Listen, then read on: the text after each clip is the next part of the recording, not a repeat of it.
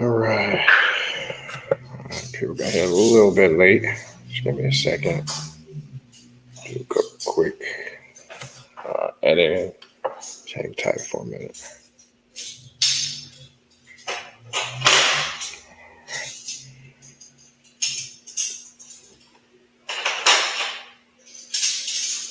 All right.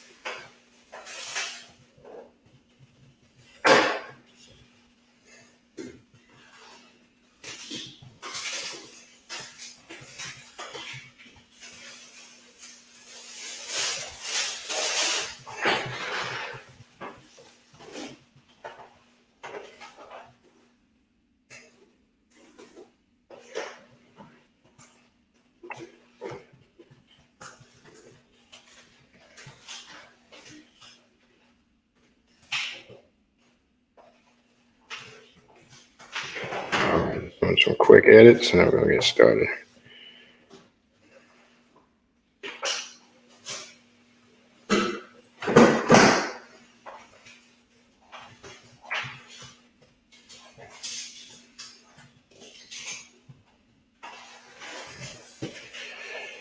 All right.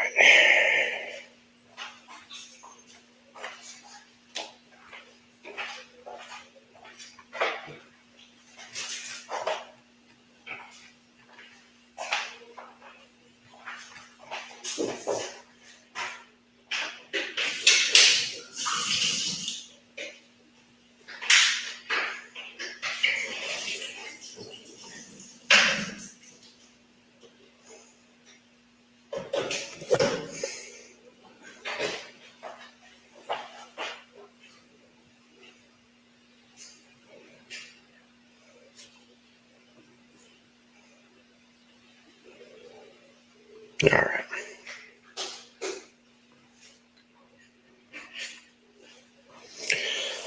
All right. We all edited up. I'm going to come back over here. All right. I think we are good to go. Just going to run through some quick announcements before we begin. Got here a little bit late. I'm going to give everybody a little bit of time to come in. Then we're going to get into what we got to get into tonight. So let me run through the announcements real fast.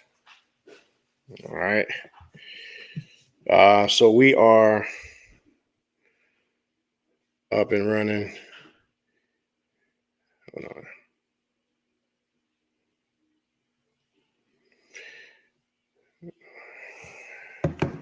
Hold on. Let me just plug this in. My bad. Let me just hook this charger up.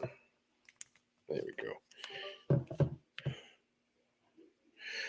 All right. So we are up and running. Just began our monthly classes and rituals for the month of July. Just going to run through them super fast. We're kind of going to get started since I got on here a bit late. All right. So let's just go ahead and pull that schedule up real quick. So we did have this past Saturday, which was last week, the 2nd, we did the 17th shadow work class. Also on there, especially those on Patreon. If you are on the Patreon page, the Primordial Chaos Patreon page, the instructions this entire month we're devoting to Set. So the instructions on what we're going to be doing and how we're going to be working for this entire month leading up to his feast day at the end of the month. That information is in class number 17, Shadow Work class 17. So make sure you check that out. So what we have upcoming tomorrow, 3 p.m. Eastern Standard Time, which is the 8th of July, we have Luciferian Magic and Self-Mastery class number 7. And then 2 weeks from now, on Saturday, July 22nd, we have Clepothic Sorcery and Magic class number 3. That's on Saturday, July 22nd at 3 p.m. And then we finish the month out on Friday, July 28th at 8:15 p.m. Eastern Standard Time for Patreon members only. You must be tier 3 and above. The annual Feast of Set ritual, which is the 3rd straight year we're doing this, as we are devoting annually every year the month of July to Set, Sotuk, Seth, the many different names that he is known by. And in order to participate, it's 2 ways. You can sign up for the classes individually, which is, again, right here on the community page here on YouTube in the community section. You could also go onto the other social media platforms, which we are live now on Facebook at Primordial Chaos. That's 2 words. And also on Instagram, which we are live also, which is 1 word, Primordial Chaos 9, no spaces, 1 word. You can sign up individually for the classes, but your best option is to go to the Primordial Chaos Patreon page at patreon.com/Baniti, Baniti. That's patreon.com/Baniti, Baniti. Also, a lot of the information I'm telling you is right on the bottom of the screen. You see the ticker and the banner going by. Also, if you are interested in a spiritual reading or a consultation, shoot me an email. Type of readings that I do offer are Clepothic demonic readings, Santa Muerte readings, Egyptian oracle readings, shadow work readings, which, as I've said many places, a good place to start if you are looking for a direction to go into. You're not sure what you should be doing, because this comes up a lot. Rather than just assuming, that's the best way to find out what kind of ritual work and what direction you should be heading in, okay? Deity readings to see what spirits and demons and gods and goddesses walk with you to help you more to understand yourself, not to worship the deities. I just want to make that clear. It's not that type of reading. For a full list of readings and consultations, send me an email at khnum19@gmail.com, which you see going right there at the bottom of the screen.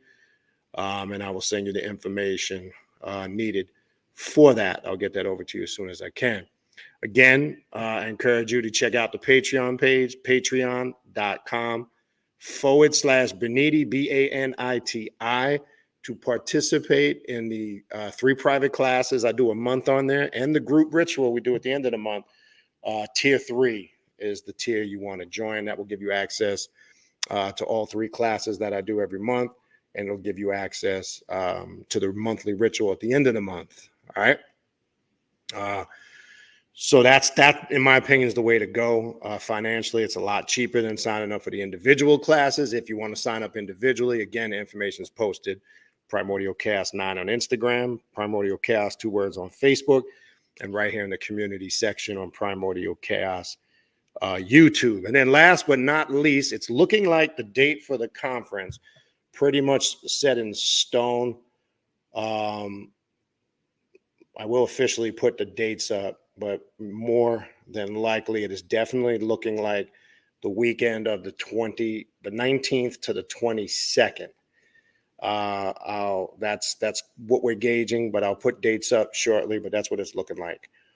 All right. The Journey of the Black Adept Conference is something we do every October. This will be the 6th straight year we're doing it. Again, it's 4 days. Thursday night, we do a meet and greet. Friday and Saturday, we have workshops and classes from 9 to 4 p.m. We take a break. We come back later in the evening. We have an indoor ritual working on Friday night. We do an outdoor working on Saturday night.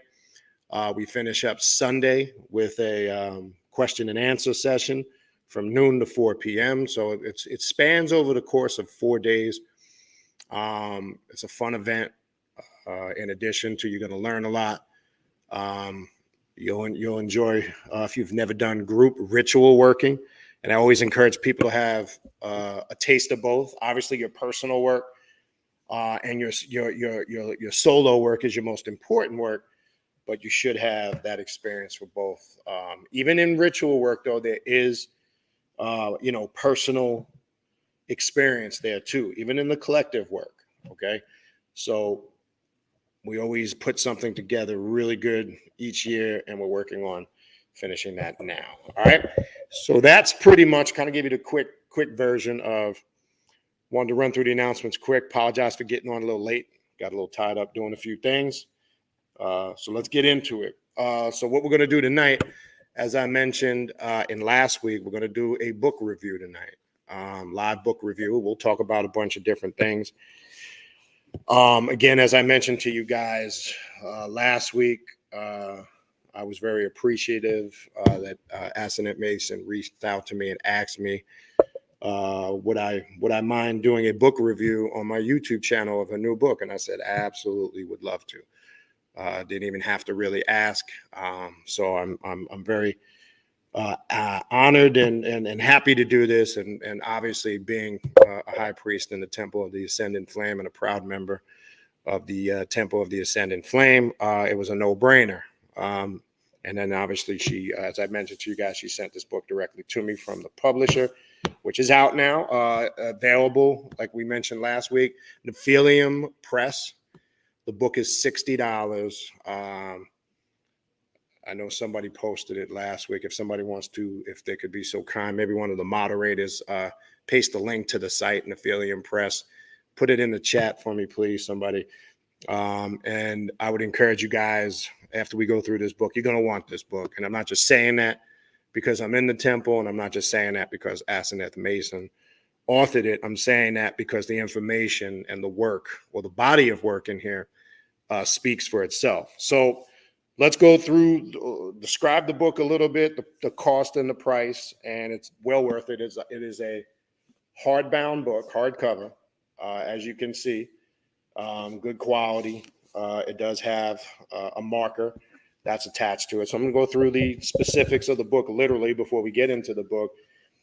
As I said before, the artwork in here, which as I go through it, I'll show you some pictures. The artwork is phenomenal. The contents of the book is phenomenal, which we're going to go through the contents in a moment. And overall, I know in the past, a book like this that she has put out, or others like this, it actually cost a lot more money. So I was surprised that it was only $60. Usually something for this might go for $90 to like $120, $130 or more. So it's priced reasonably. And for the amount of information, that's why I said last week, it's a steal. You're talking just under 500 pages of information. It's a lot. And I know she worked on this for a bit, put it together over a course or a period of time. And again, it's well worth it. All right. So what's in the book, right? We're going to talk about the table of contents. To me, that's the best way to thoroughly review. So this is not going to be a quick book review like your standard book review or a written review. We're going to do a whole video in class on this review. No, that spelling for Nephilium is wrong. There's no U in that. Okay. Let me post the link. It's Nephilium. Just remove the U. No U in the Nephilium. Okay. And that should take you right to the link.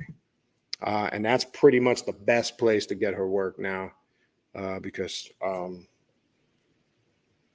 you'll find access to the book as soon as you click the link there. All right. So let's talk about the I'm going to remove that just so nobody. Hold on. Hold on.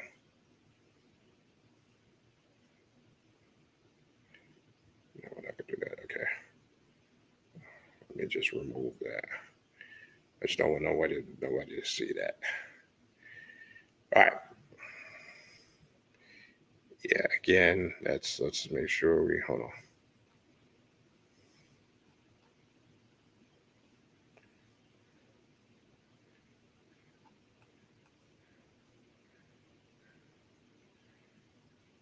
Hold on a sec.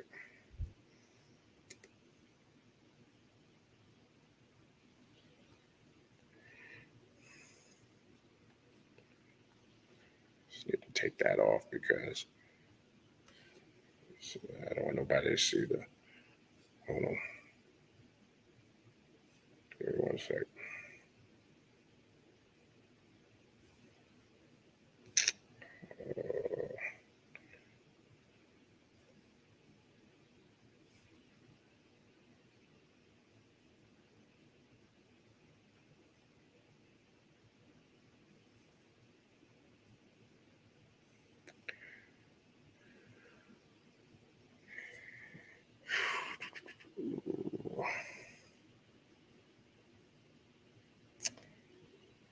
One second, people.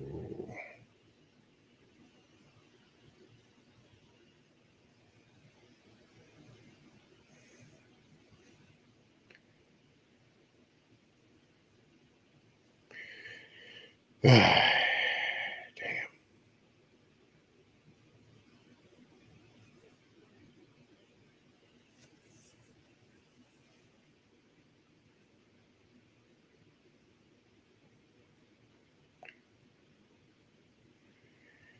All right, there we go. Yeah, the correct spelling is no U in that. I know you might see it up on the screen. I was trying to take it out. No worries. It happens. All right. So the contents of the book. If you're looking, obviously there's tons of books, work, information out there on Lilith, right? Obviously, you can find a gang of stuff out there. It's going to be different levels of information, so let's be clear on that. There's many different occult, left-hand path perspectives on Lilith. We're not saying there's no, nobody has the, complete 100% lock on it, but there are levels of information, in my opinion, that's way better than others. That's just fact and common sense. All right. There's new agey stuff out there, which, I don't recommend, but it's out there. So this is coming more from obviously an occult, left-hand path, draconian perspective of working with Lilith. Very intense aspects of it, different types of workings and things of that nature. So let's go right through the contents. I'm going to go down the table of contents. So if you're looking for a complete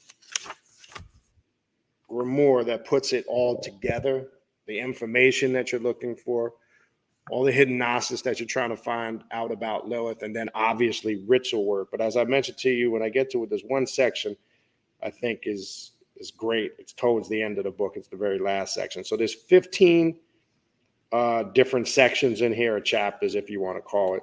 But let's go through the introduction. I'm just going to go through that real brief, cut a little section in there to start off and give you some of her words on the book and why it was written and things of that nature.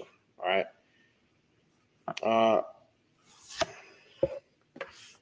So she goes on to say on page 1, this book has been on my mind ever since I started writing about my spiritual work. Throughout many years, however, I did not feel ready to attempt it because I felt that a book showing the complete picture of Lilith needed more work, more experience, more wisdom, and maturity. And that's so true. And this is why I've said many times before, Lilith, contrary to belief, contrary to a lot of the stuff you hear out there, she is not an easy spirit or demon to work with. I know some people make it sound like that, and it's not to be judgmental, in my opinion.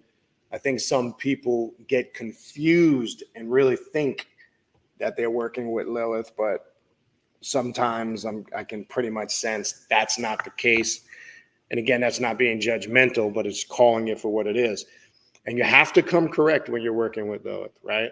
On all aspects. So I can totally relate to that part there. My first encounter with her happened when I was very young, and I still remember it because it was one of the most remarkable spiritual experiences in my entire life.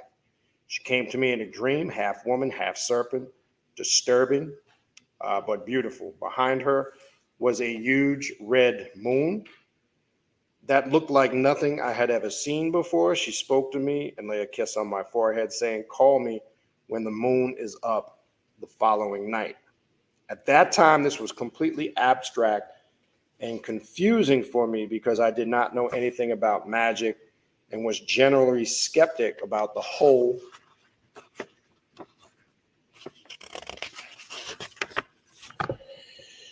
the whole thing.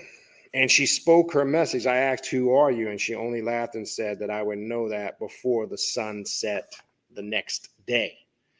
Now, I'm just giving you a brief synopsis. You can go through more in detail. So she talks about in the introduction, the motivation for the book, starting with the history of her early experiences with Lilith. And she kind of, gives you a little bit more detail, obviously. And I'm not going to read the whole entire thing for the sake of time. But in the introduction, you'll get a good overview of how the book came about, why the amount of time was put into it, and why now was the right time for it, obviously, to come out, which was very critical and important. And I think when you're doing, again, this type of work, you got to come correct. You can't, this is not something you can come half-assed with or rush, right? And I do think there has to be some inspiration there in order for it to be done correctly, right? So after the introduction, the next section she goes into is the section called Myths and Legends. Now, the Myths and Legends section is a lot of history, stories, history and knowledge of Lilith from many different spiritual systems, from many different spiritual cultures, religious cultures, historical cultures. And I've said this before, and I think you'll get that clearer picture now when it comes to Lilith. And this is not just limited to Lilith, but I think people who argue and debate over the origins of a spirit such as Lilith, what I mean by that is the exact point of origin, it's pointless, okay? Because what I find in this, and she goes through all the history, which is good, what I find in that is you do yourself a disservice. As I said, you can't really point the origin of a spirit or a demon like this that's been around before time even existed. So you make a mistake. There's people that trace it back to the Garden of Eden story and Hebrew mysticism, and they'll trace it back in certain cultures and spiritual systems. But you got to remember, spirit, and you could even go into ancient Samaria with Inanna. I mean, the history and the connection is there because you're talking about a deity or an archetype or a spirit. And sometimes these spirits manifest in different cultures under different names and titles, which is in alignment with the culture of the language that the people spoke. So yes, you will find a connection of Lilith in Samaria. You will find a connection of Lilith in the ancient Hebrew mysticism and the story of the garden. You will find Lilith on the occult, the left-hand path. There's even a new age aspect of Lilith that right-hand path philosophers use, which is, to me, a very watered-down aspect. But Lilith across the board, the energy and the connection of Lilith in these different systems is there, all right? So in the myths and legends section, okay, she gets into Mesopotamia and the early beginnings, which there's a strong connection of Lilith there. I'm gonna be very honest with you. Some of you guys know this. She goes to certain reference points in the mythology. She gets into, as I said, her origins in the Bible and tracing it back to the Hebrew tradition. When we get into the biblical stories, Mandean Gnosticism, which is not really talked about too much. So you're going to get a lot more information. The Talmud, which she's mentioned. Now, the Talmud, if you know what the Talmud is, the modern day Jews really follow the Talmud more than they do the actual Torah. The Talmud is very similar to what the Muslims refer to as their hadiths or traditions. These are stories that were written by men. They're not really divinely inspired, but these are kind of the rules and regulations and kind of these modern day religions that they follow. And the Talmud has history of Lilith in here. She goes through that. The Dead Sea Scrolls, there's information in there. And again, the list goes on and on. So if you're looking in the Kabbalah, now there's a section I want talk about in here real brief. It's real short. The birth of the goddess. Because again, what I find out is that people spend way too much time arguing. I don't know what it is. To me, in my opinion, it's that human insecurity. Because I think weak, frail humans need that almost as a comfort zone or a safety blanket. Because it's like some people can't function if they don't have like what was the exact beginning? Well, you can't say that with anything. What's the exact beginning of anything? If you're locked into linear time, then yes, you're under that spell or an illusion. Because as I said before, linear time is not real. It's what they've used to program us. So people that get caught up in those debates and arguments like that, they're trapped by linear time. And most of them will tell you they're not, right? But when you're looking to continuously date something and put a beginning and an ending on it, you are trapped into linear time, okay? If you understand cyclical time or cycle time, as I've said many times before, then you would clearly understand that what we're experiencing as what we're experiencing and calling time is nothing but existence, and existence is to be, right? In simplistic terms, it goes deeper than that. But when things are evolving in cycles, it's a continuous process. Okay. And as I've made reference to many times before, and if you have not heard me say this, and I know some of you have multiple times, let me say it again. What is real time? Because as I said before, what we're calculating as time is an illusion. The clocks we use, the calendars we use, it's all an illusion. Okay, because it's not being calculated. What we're claiming the calculation of time is not fact. Because as I said before, you can just look at an old school analog clock with a second hand. And when you look at it, and now, I mean, we're all pretty much on digital now, right? I went from analog to digital, and it goes tick. You look at a second hand on a clock, there's a pause or a space, and then it goes tock. So it's tick, pause, tock, tick, pause, tock. So in between the tick and the tock, there's a space, a pause. That time is not being calculated according to this linear time. So what are we doing here? And as I said before, that spirit realm, when we're trying to break the barrier of time, exists between the tick and the tock. That's where the spirits vibrate and enter in and out to this domain or realm that we call this physical planet. Okay? So that calculation of 60 seconds, 60 minutes, 24 hours in a day, and notice the number 6 and everything, 24 hours in a day, 60 minutes, 60 seconds, there's sixes across the board. Then you have this bullshit with 30 days in some month, 31, and every 4 years, 29 in the month of February. Like, where do you just get 24 hours every 4 years and just throw it on a calendar? Like, where, how do you do that? That's even further proof that linear time doesn't even exist. Why? Because as I've said many times before, time expands and it contracts. It contracts out, right? When time expands and contracts out, or it keeps expanding, I keep telling you guys, it's like when you throw a rock into a body of water, where the rock hits, from the center of where the rock hits, it expands out and ripples. That's in essence how what we're calling time actually works.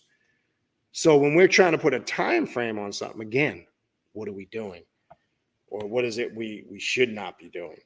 All right, throughout the birth of the goddess, throughout the Middle Ages, Lilith's role involved, and this is on page 28 if you have the book, and it changed in significant way. And the early Kabbalistic writings from the 13th century onward no longer refer to her as a lesser demon associated with sexual activities. And that's the other mistake. Even though there's a high sexual energy to Lilith, some people act as if that's all it's about. And that's completely false and incorrect. But talk about Lilith on the dark side of the Shekinah or the Shekinah and the spouse of God himself. In this period, we encounter many theories on her origin, her power, and her role in the history of mankind.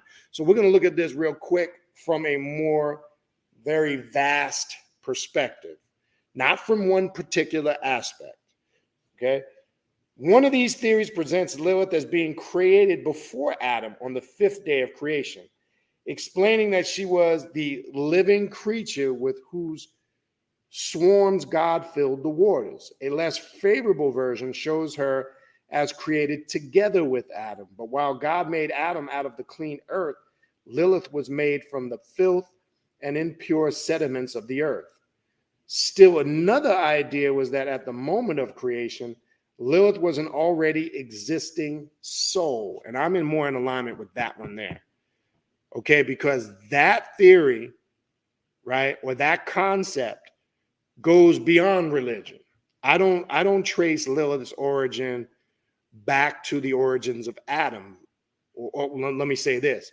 Was she present in them stories? Yes, because the concept of her got passed down into those traditions. It's 100% there.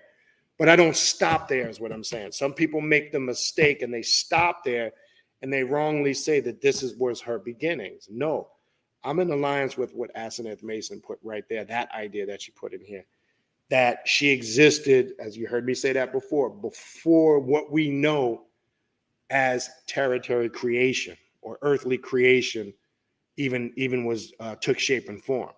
Okay. So some say that she was already an existing soul while God breathed the breath of life into Adam, thus creating his soul. Lilith was called forth from the depths of the great abyss where she originally dwelt. Okay? Okay? So when you trace Lilith's origins back to the primordial chaotic waters, right? The void, the abyss, back to Leviathan and Tiamat, which there's a connection there too. You're taking her back, in essence, to what we call that state of nothingness that I've explained in creation, right? Because when we're talking about creation, and let's look at creation here of how our planet was created, so-called, and humans. So in order for you to create something first, there had to be nothingness or darkness or void or the abyss. And the Bible confirms it, because when you read in the first chapter of Genesis, the very first few verses, it says God's spirit roamed across the face of the void and the deep. And it's making it clear that what the Christians are calling God was encased and engulfed in darkness. Before the words were ever uttered, let there be light, right? So if this so-called holy God that the Christians uphold in the Bible was existing, his spirit roamed across the face of the water, the void, and the deep, is confirmation. And I'm saying, according to how it's written in their books, he existed in darkness. So the question now arises is darkness a bad thing? And what is this darkness that they're talking about? What is this void, this abyss, and this watery dark abyss it mentions and makes reference to? Well, if we're going to sit here and if we want to get historical about Lilith's origins, we would have to head in that direction, okay? And that state of nothingness exists long before there was any humans walking the planet, long before there was any so-called, and I'm going to stress the word so-called, character called Adam, before any of these monotheistic religions, which come way later down the road, because the three worldwide major monotheistic religions are babies when it comes to the origin and history of creation, our galaxy, and our universe. Because when we look at Islam, which is the babyest or the youngest of all three monotheistic religions, it's just a bit over 1,400 years old. When you look at Christianity, it's just 2,000, a little bit over 2,000 years old now. And then Judaism can trace its origin to just about 6,000 plus years ago. So when we use common sense and reasoning, we know Lilith and we know existence and creation. Even creation of humans go way back before 6,000 years. So we definitely know we cannot rely and depend on the Bible for being historically accurate in regards to that. And it would be foolish to place Lilith's origins in that frame. That's ridiculous. That's why I don't too much focus or emphasize when it comes to that aspect, okay? So we're talking about max 6,000 year plus history, okay? But I am in alignment with the great abyss where she originally dwelt. Following this idea, there were stories showing Lilith not as being created by God at all, but as a divine entity that emerged spontaneous together with Samael, either out of the great abyss or out of the power, out of the power aspect of God, pouring out of the spheres containing the divine light and creating the tree of Clippoth, right? Now, here's the problem. People want to get an understanding of this, being confounded to three-dimensional existence and understanding. You can't do it, okay? To get to understand what Asenath has written here, the only way you're going to be able to confirm this is through your ritual work. And this is why I've said before in the past to a lot of people who are, have to have sources for everything. There's certain things that transcend the realm of person, place, or thing that can only be validated outside of person, place, or thing. So there's not going to always be a source or an individual to validate it. And to me, that's a human weakness again, when you need another human to confirm your human weakness. I just got to call it for what it is. And people in these debate forums think they're so intelligent when they're doing that. They're really not. It's showing actually how confined and limited their spiritual understanding is. Okay? But if you want to stay just stuck in books, you got to remember each author, it's not just Asenath Mason, any book you read, the author has to do the best job possible when it comes to things of a spiritual nature. When we're talking about outside of three-dimensional, the astral realm and the astral planes and the astral gates, the void, the abyss. We're talking about something that exists outside of mortal human comprehension. So an author has to do their best to use three-dimensional mundane concepts to try to get that point across. And it's up to you, the individual, to take the information in the work and explore it how you need to see fit to come to the realization of the understanding of it, not just reading it. So keep in mind, when you're hearing terminology like this, it's being put in the English language in a verbiage form that the masses are able to comprehend and understand. Yes, many people are going to look at statements like that and they're going to perceive it on a multitude of levels because of where they are in their journey, their level of knowledge and experience, and how they perceive things. But the full understanding of this cannot come in your mundane existence. I just want to be clear on that, okay? All right, according to the legend, Lilith and Samael emerged out of the dregs of the wine, and one being, the female, always contained in the male. In the Zohar, we read the female of Samael is called serpent, woman, or harlotry, end of all flesh and end of days.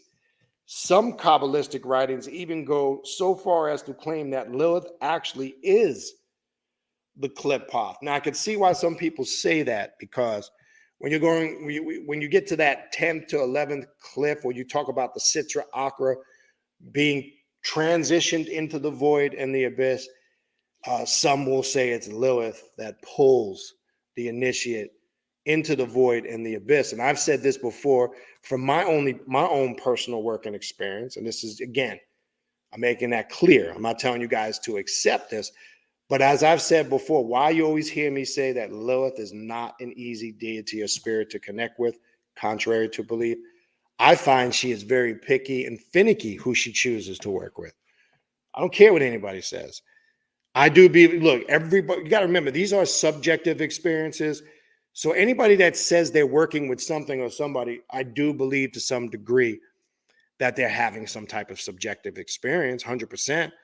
But when we talk about the raw essence of connecting with a spirit like Lilith, After a while, when you have some experience with this, you can kind of see through some of the nonsense. Okay. And some of it, for an example, when you run into the individual, everything they talk about Lilith is just sexual. And yes, there's a whole section in here. It is 100%, but it's not just that. So you've heard me say before, the true initiate that connects with Lilith, she will definitely extend her connection to you. And some say she is the one that pulls you through the Sitra Akra, the void. And it's through the lust and the passion that you have for Lilith. And it's not just physical, sexual lust. When Lilith sees that thirst for desire and knowledge to learn and to know, and willing to go through the self-sacrifices to deconstruct and reconstruct yourself and resurrect yourself, to master yourself, to become what you're truly destined to be, a god or a goddess, that's when she reaches out for you. Because she sees you've shown your worth, that you're willing to go through on quote unquote what they call that side, the void or the abyss, because that's the true test, right? When you look at the Kabbalistic tree in opposition to the cliff path, right? That's the true test. So when she sees that thirst and that lust, that you're craving that knowledge to know, that's when she will reach for you in a multitude of ways. Okay. So this, we have to be very aware of. We cannot be deceived in who and what we're working with here. Now, keep this in mind. When you're not an experienced practitioner, you can be lured into working with something that you might confuse for that. That's just facts. Okay, so we need to be conscious and aware of this. All right.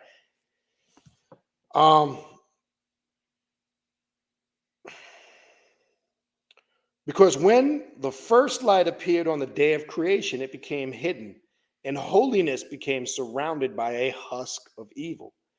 The husk, or the klipos, spread and brought out another husk, and this was none other than Lilith herself.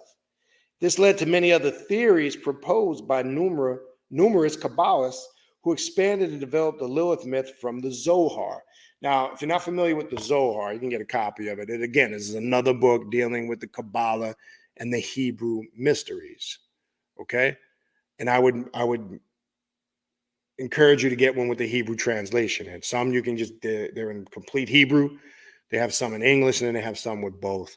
So you can compare the translations for yourself. All right.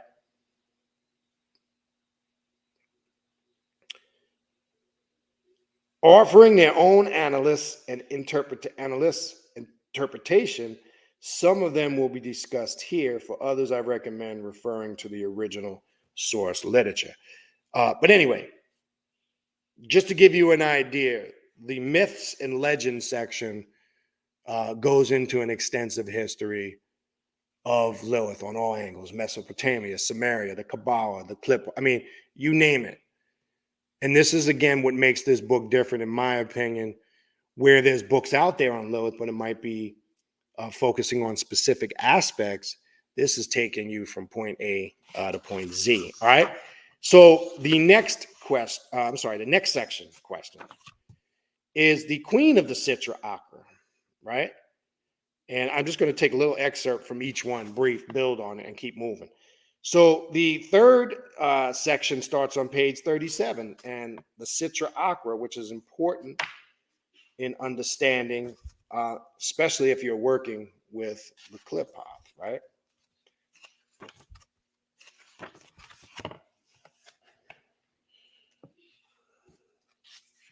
So let's just go through the very first section in here. In art and literature, we often see Lilith in the form of a serpent, or half serpent, half woman, coiling down from the tree of knowledge and tempting the first human couple to eat its fruits. The tree of knowledge, which contains the promise of godhood, is sometimes identified with the night side of the Kabbalistic map of spiritual transcendence. Hold on, man. I'm gonna get my other glasses. These glasses, man. These are my older ones. These joints are not working too well right now. Hold on one sec. Page marketer. Hang tight. Let me go grab these other. These are not working for me. They're too dim. Hold on.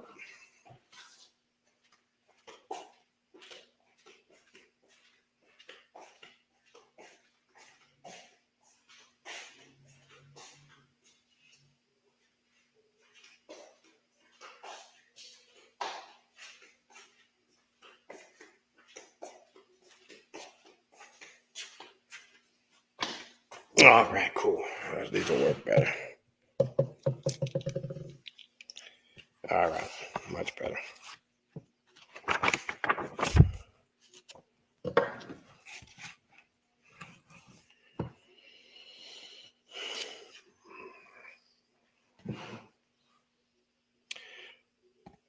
The tree of knowledge, which contains the promise of godhood, is sometimes identified with the night side of the Kabbalistic map of spiritual transcendence. It is the klipoth, or the kingdom of shells, that forms the anti-structure to the tree of life. Okay? Containing within its spears the debris left over from an influx of divine force too strong for the Sephiroth to withstand. It is the realm of demons responsible for all evil in the world, and each shell or cliffa represents a negative or adverse aspect of a particular Sephira on the tree of life. This night side of creation is believed to be ruled by Lilith. Now, you'll hear terms with Lilith, the mother of abominations, this, that. People misinterpret what that means too. Okay?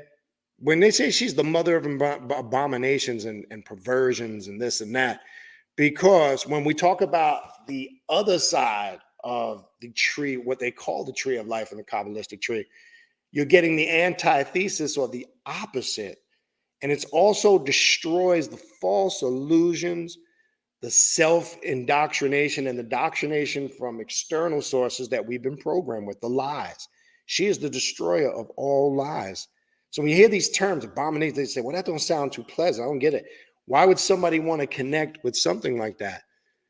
Because she exposes all of those things, okay? And yes, sometimes the individual will experience it on that level of how we know it in this mundane world, and it can be very intense. It could be a very rough, I'm not going to lie to you, it could be a very rough and intense experience. It could be life-altering, life-changing on a multitude of levels, good and bad. Because one thing I keep saying, be careful when you're calling a violent storm to come through. Because when violent storms come through, it destroys everything in its path. And people keep forgetting Lilith is that type of spirit. She's a tumultuous tornado when she gets whipping. And sometimes people underestimate the level of change she will bring in an individual's life. They don't or didn't phantom that it would be that intense. So when you're working with Lilith for something, be careful what you're asking for and be clear on what you're asking for. Be specific. Because if you've got a blockage, a specific issue you're struggling with in your life, and you are petitioning her for assistance, there might be people around you that become victims or casualties because they could be part of the stumbling blocks in your path. Your job, your career, your business could get turned upside down because that might be her way of telling you this is not your calling. Regardless, you could be doing it for years and you might think this is my calling, this is what I'm supposed to be doing. She'll make you see otherwise. And maybe that's why you've got blockages. Because sometimes the obvious, you're not seeing it in front of your face. Sometimes it's the crummy person that you've been in a relationship with years. You know, the shady, shifty, lazy person that's not carrying their weight. And you've been in denial for years, and you come to find out that's your poison. That's what's holding you back. And she might go to work on that. I've seen the good, the bad, and the ugly with it. She can rip. Sometimes families need to be ripped apart in order for her to go to work. Okay? Because that might be the change that's needed. Sometimes people need to be removed from your life. I'm not just talking about physically killed. That's not what I'm talking about. Though that can happen, but I'm talking about they're not in your circle no more. You totally gravitate away from them, or something goes down where you're not, it's happening for a reason. Sometimes you have to eliminate toxic family members because she might be saying, this is, you got a fucked up cousin, auntie, uncle, sister, or brother that's draining you. It's very vampiric in nature. They need to go. Okay. I'm just giving you an example. This is the type of change she brings. And when you talk about going through the Citra Akra and the void, sometimes I hear people talking about working with the clip off like it's some trendy hip thing. Be prepared. It's not trendy and hip just to be doing it on the surface. Take it very serious. I'm not saying be a fanatic, but don't go into that shit lightly, because I sure don't. We just did a Beelzebub Lord of Flies ritual. We're doing some work now, and I've waited for a while on the Patreon anyway to do it openly, because I felt we tried some work a couple years ago with Lilith, and some of you guys that were on the Patreon, you saw all the haywire shit that went wrong, right? You remember a year or so ago, a year and a half ago, we started the recording, and we did this is a true story, and it's on the Patreon. For those on the Patreon, know. Those that aren't, don't. I'll never forget this, and video's still up of it. Never forget this.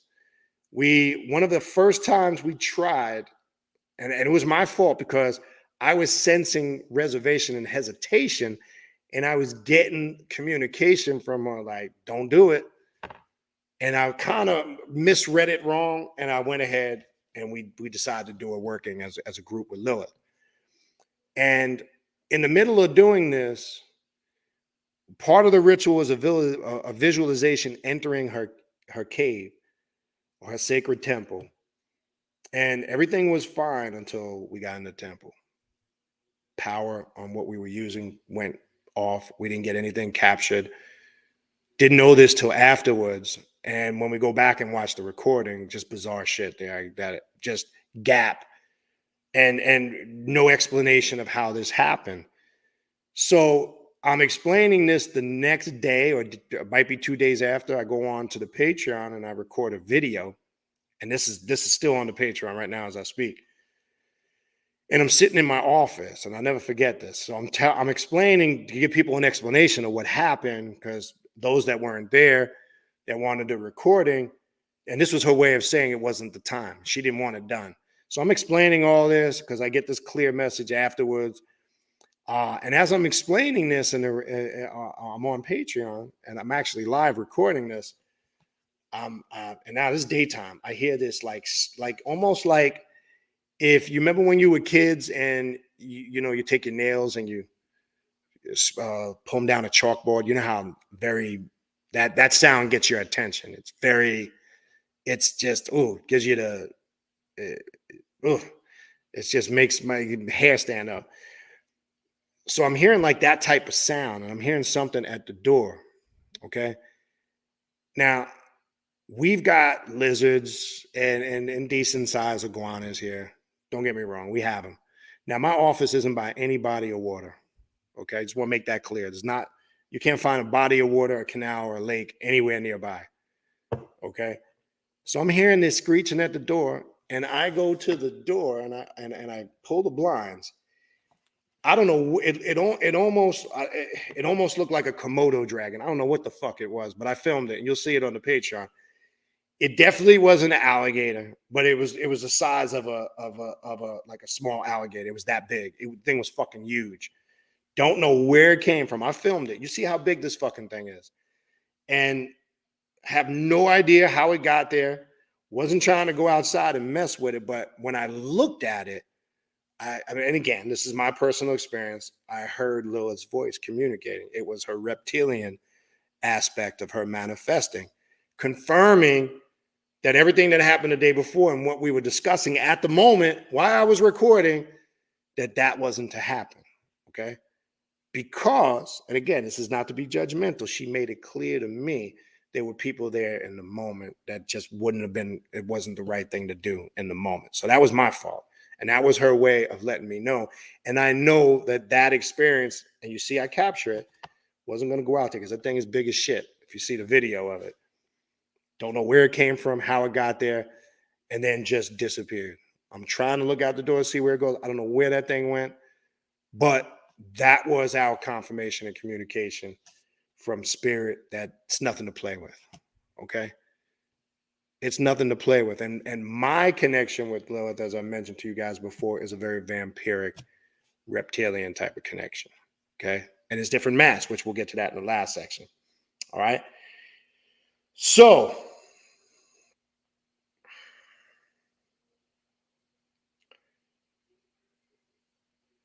it is a force too strong for the Sephiroth to withstand. Okay.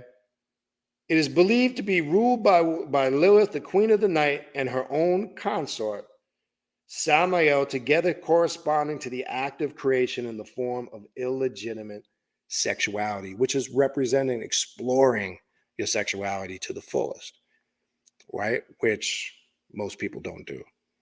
Okay. As the dark goddess of the Citra Aqua, Lilith is a complex and ever-changing force. She is a passive vessel into which you can pour the seed of your intent and leave it for her to nurture until it manifests in your life. She is also called an active initiatrix, introducing you to the art of transcendence through transgression. Freedom through sacrifice. I want to stop here for a minute. If you think you're going to work with Lilith and she's not going to show you what needs to be sacrificed and eliminated in your life, you're sadly mistaken. All those things I was just mentioning a few minutes ago, that you're not going to attain through true freedom in your life until you learn what it is you must sacrifice. Okay? Because you're going to find out working with Lilith, you are still carrying shit with you. You are still holding on to things that serve you no fucking purpose whatsoever. Literally serve you no purpose. Okay? Now, this is why I was saying back in 17 going into 18, this was some of the revelations and messages I was getting from Lilith in regards to we must shed all the old paradigms. She does not connect with people who are conformist in nature. She does not connect with people who are very restrictive in exploring their sexuality, their spiritual growth, and indulging. And indulging is not just physically, it's also mentally, emotionally, and spiritually. Okay? You're going to find out when you work with Lilith, she's going to show you you're carrying a lot of things that serve no purpose. And if you're really trying to unlock the shadow or the hidden self and deal with the real aspects of the shadow and the hidden self, she's going to show you that part of your nature too. Okay. And it's nothing to play with. It's serious work. Okay. I like to joke. I like to have fun. You know me, I try to make this entertaining. But at the end of the day, this is not about entertaining people. Okay. Unfortunately, on a lot of these so-called platforms, conscious platforms and spiritual platform, people want to be entertained, and people will get on there and tell people what they want to hear to captivate their emotions and get their attention. I don't do that shit. I don't have time for it. Okay, not the days and times that we're living in right now. If you don't, now is the time. You don't get your shit together. I'm not sure. Look at that. Look at that shit right there. I don't even want to tell you what just happened. I don't know if you guys heard it. There you go. I mean, look, it's nothing. It's nothing to play with in the sense that we don't have time to play around anymore. Because as this world is changing and where it's shifting into spiritual awakening and consciousness, if you don't have this aspect and understanding of your spirituality, you're going to be lost. Because all the old ways don't work anymore. Okay? I mean, everybody sees through monotheism. It does not work anymore. The masses are not buying it no more. And this is why there's this radical change going on in the world and society. People don't trust the justice system anymore, the political system, and the religious and spiritual communities, the mainstream ones that most of us were brought up and raised on. It just doesn't work anymore because people are starting to wake up. That's what Lilith does. She wakes you up from your deep slumber and sleep. She removes the veil and the illusion of how you viewed things and how you thought you saw the world. And you realize that a lot of that was indoctrinated and programmed into you. That wasn't really what was there. It's what they put there in place of it. So it's a serious awakening. The series going crazy. That shit is way on the other room. I'm saying things, and every time I mention Lilith something, you don't hear her responding. I don't know if you guys could hear it, but anyway. Again, so let's finish with this last section here. Then I want to go into a little bit on the Citra Aqua, because there's a vast section in here. I'm just going to go through the beginning, all right? So freedom through sacrifice and power through surrender and submission, okay? And this is, sometimes you got to surrender your ego, okay? In order to truly grow and evolve. Doesn't mean if when you surrender, doesn't mean, look, there's a good and a bad aspect of your ego. We talked about that many times before. All of your ego, okay, isn't bad. Part of your ego protects you. When you stand up for injustice or things you believe in, or when you protect yourself, or when you do things to better yourself or protect your family, etc. Those are all good aspects of your ego. Are there dangerous, illusionary aspects of your ego? Yes. Right? Your ego can get you into serious shit when you misinterpret things, or when you can't admit sometimes when you're wrong, or when you got so much pride and arrogance, it can swallow you up. Okay? So sometimes you're going to have to surrender that. I know everything, right? We got a lot of those people that I know everything. You know, people you can't tell them anything. They know everything, right? They're a jack of all trades, the masters of nothing, right? We all know people like this. So sometimes you're going to have to surrender your ego. It's not about what you think you know. It's about what you really do know. Because a lot of people think they know stuff and they really don't, okay? And when you start to explore your spirituality, you're going to really start to realize, man, I didn't know really what I thought of. Okay, there's a lot I don't know. Okay, so it will involve surrender and submission. She can be a gentle lover who will take away all tension and worries of your daily life and fill your path with passion and desire. She can be a caring mother who will protect you on the way. And she can also be a vicious enemy who will test your skills and determination, ruthlessly showing that you are nothing and all your power is illusionary. That's some fucked up shit right there. I'm going to speak on that in a minute. All these and many more of her faces can be encountered while traveling through the Klepothic realms. So in that very short section there, we see Lilith can be, yes, she does have a motherly type of nature to it. She can be caring. She can create joy and happiness and passion and fulfillment of your desires. All of those things are true. But also she can be a vicious enemy. And when it says she will test you to the fullest, she'll test your skills and determination. I find it happens with people when you do what I was talking about in a recent, don't bargain with Lilith. You don't want to do that. She's one of those spirits. Sometimes people, Santa Muerte is another one. I don't want to get into that now. It's a whole nother class. Don't bargain with Lilith, because when you play that game with her, and what is bargaining with the spirit? Let me explain. A lot of people are guilty of doing this, and this is why 90% of the time they don't get results. So let me clarify it for you. Oh, Lilith, if you do this for me, if you get this for me, if you let this happen, I promise I'll do such and such. Oh, Lilith, if this happens or you make this manifest, I promise I'll do. You don't do that shit to Lilith. Because when you do that, you are opening the door to put her in full-blown mode to start fucking around with you. Because her response to that is going to be like, whoa, who the fuck? That's like talking to a boss or a dom, right? Who the fuck are you talking to? Do you realize who you're talking to? Oh, let me remind you, it's that type of response, okay? Don't bargain with Lilith. That does not work. I strongly discourage that. People do it. Never approach Lilith with that mentality. If you only do this one thing for me, I promise I'll do such and such. First of all, it don't work like that.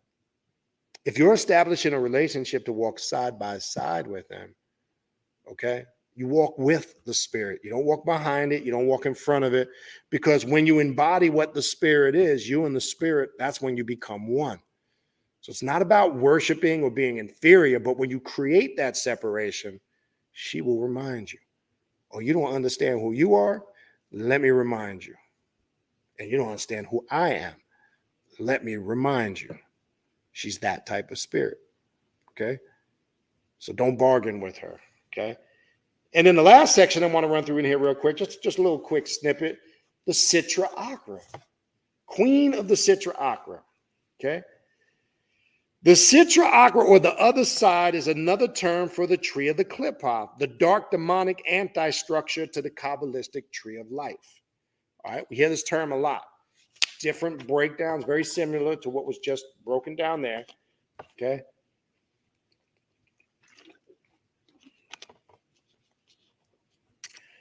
While the bright tree represents light and divine order and forms a ladder that adepts climb to reunite with God, the dark structure contains demons and malevolent forces that were banished from the tree of light through cleansing processes.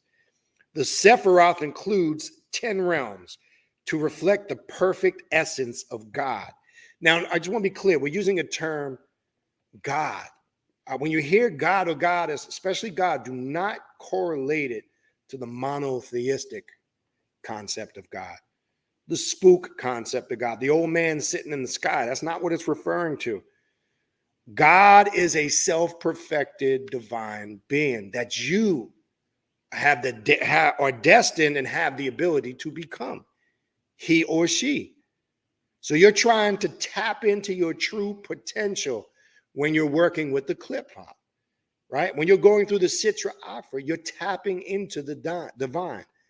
There's a dark side of your nature and there's a light side of your nature that contain both those essence that's being described here. And this is why on the surface, on the mundane, I've said many times to people, you're just as much as what people labeled as God and devil energy.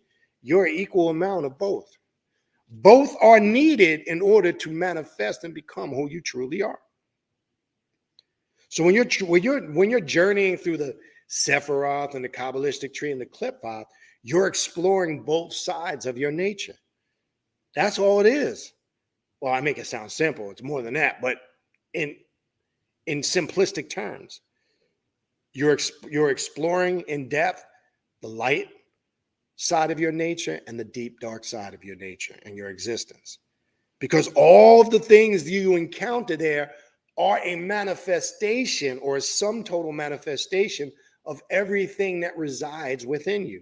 The very essence and energy that you embody is uncovered through there.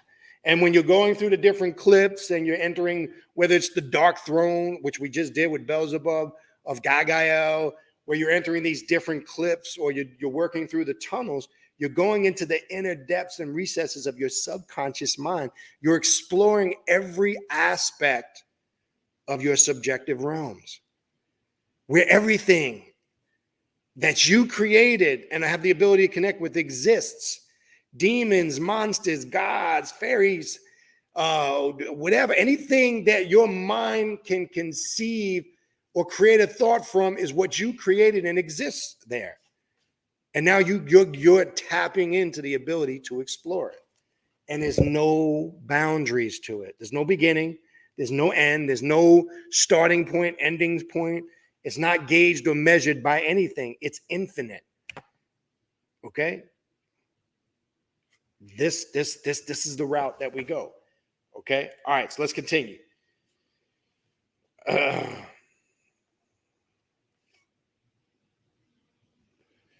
All right. The Sephiroth includes 10 realms to reflect the perfect essence of God. That's where we left off. The Qliphoth embrace 11 dark kingdoms that contradict the perfection of 10 and together constitute the concept of Satan, the adversary. Notice it said the concept. So the Qliphoth as a whole and the demons and the gods and goddesses that are represented on it are in its totality a representation of the adversary. Because remember, when you're saying the word Satan or Satanas, you're saying adversary, okay? I've heard people translate this word wrong. I've heard people say, oh, give all bizarre. Google it. It's a real simple word. It just means adverse or adversary. It's a title. So where men got wrong, where they turned an attribute of a title and they created this character called Satan and stamped it in religious monotheistic folklore. And now we have the man on the hot sauce bottle with the trident and the horns, and right. So what they did was create made it a physical, literally a physical concept, but within the constructs of their religious ideology, right? So that's where it all goes haywire. So that in its sum totality represents the concept of Satan, the adversary.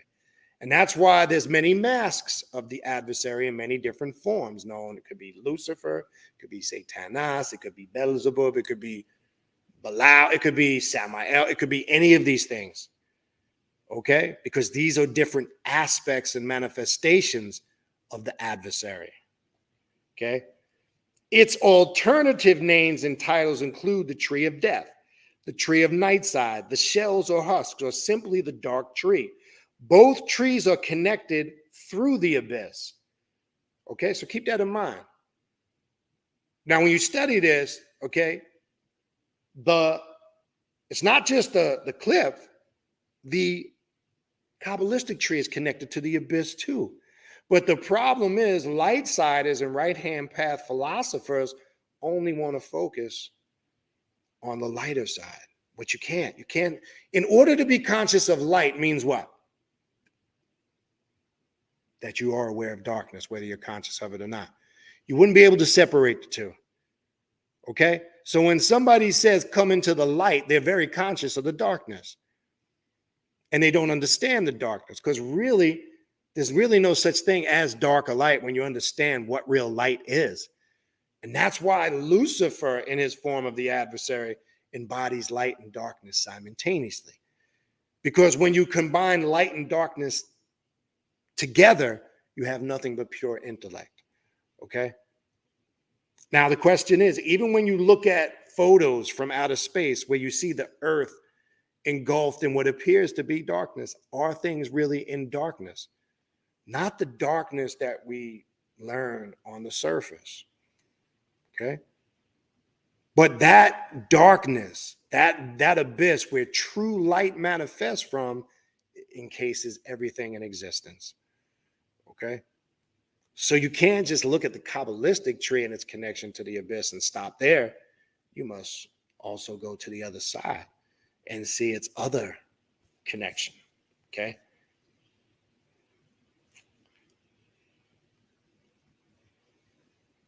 Both trees are connected through the abyss, a mysterious realm which belongs neither to the cliff path nor the Sephiroth, and its sentinel is Belial, the worthless one. Okay? So, I mean, that's just a little excerpt. There's more. That section is going to specifically get into depth, and there's more. I just want to give you a little taste. If you want to understand in depth the Sitra Achra and Lilith's connection to it, and what that represents in alignment with the Kabbalistic tree and the Klippa and the void and the abyss, and how that, which is a beautiful thing, is a sum total of all aspects of what Satan, the adversary, represents. Okay? And that's why Lilith and Samael are, or some say / Lucifer, are the facilitators of everything on the tree. Right? They represent the divine masculine and feminine energy. It has to be both.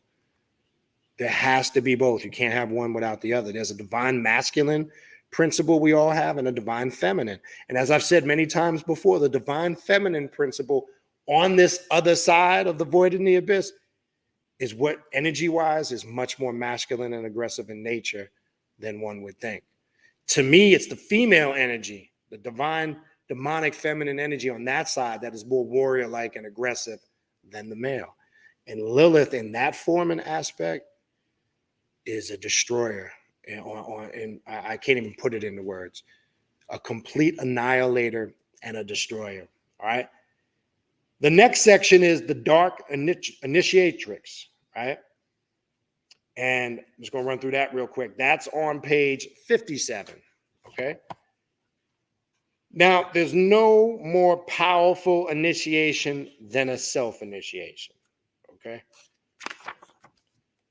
And just to show you a little, some of the artwork there, as you can see, I'll try to keep, I know I got the background on. See that? Even the illustrations and the artwork in the book, you can use them as meditation pieces because you see her holding the chalice, the elixir. You see the eyes covered. You see the womb of the dark mother goddess. There's a lot of spirit. You see her encased in flames.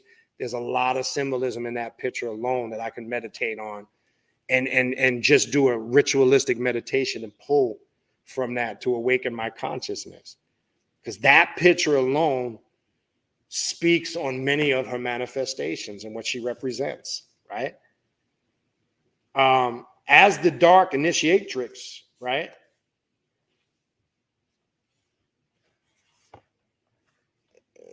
This deals with, and again, if you're not ready for real ritualistic sex work, you don't want to do any of this stuff here. But the Kabbalah, the Sitra Akra, the left side is considered as feminine, and sometimes it is actually viewed as a personification of Lilith, the harlot. And that's why I was saying the energy, when you talk about the Sitra Akra, going into the void and the abyss, we know whether we're dealing with Tiamat, whether we're dealing with Lilith, it is ruled by the divine demonic feminine energy. Okay? That's just fact. If anybody that's really exploring this and working, it's not the male or the masculine that dominates there. That's definitely not what it is. Okay?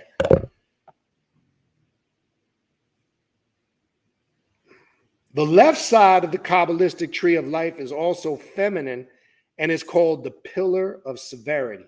It contains the Sephirah Gabora, that according to some Kabbalistic theories was the source of the Klippa.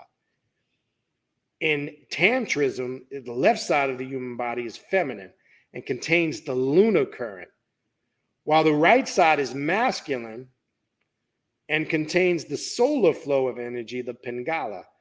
The left-sided Ida is red, the right-sided Pingala is white, which corresponds to the ritual intermixture of semen and menstrual blood in tantric sexual alchemy. And this is why you use sexual fluids or bodily fluids in ritual for that particular reason, right? You also have to be clear. Let me get another bottle of water. Hold on one second.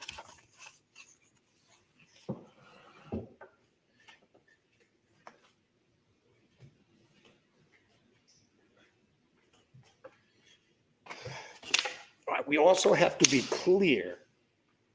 There is a difference between ritualistic sex and lust sex, right? When you're using the fluids in that regards as an elixir for ritualistic purposes, they're being spiritually charged, right? And when it's being offered or you're using it for a form as described here, sexual alchemy, you're using it for a higher form of personal, mental, emotional, and spiritual transformation.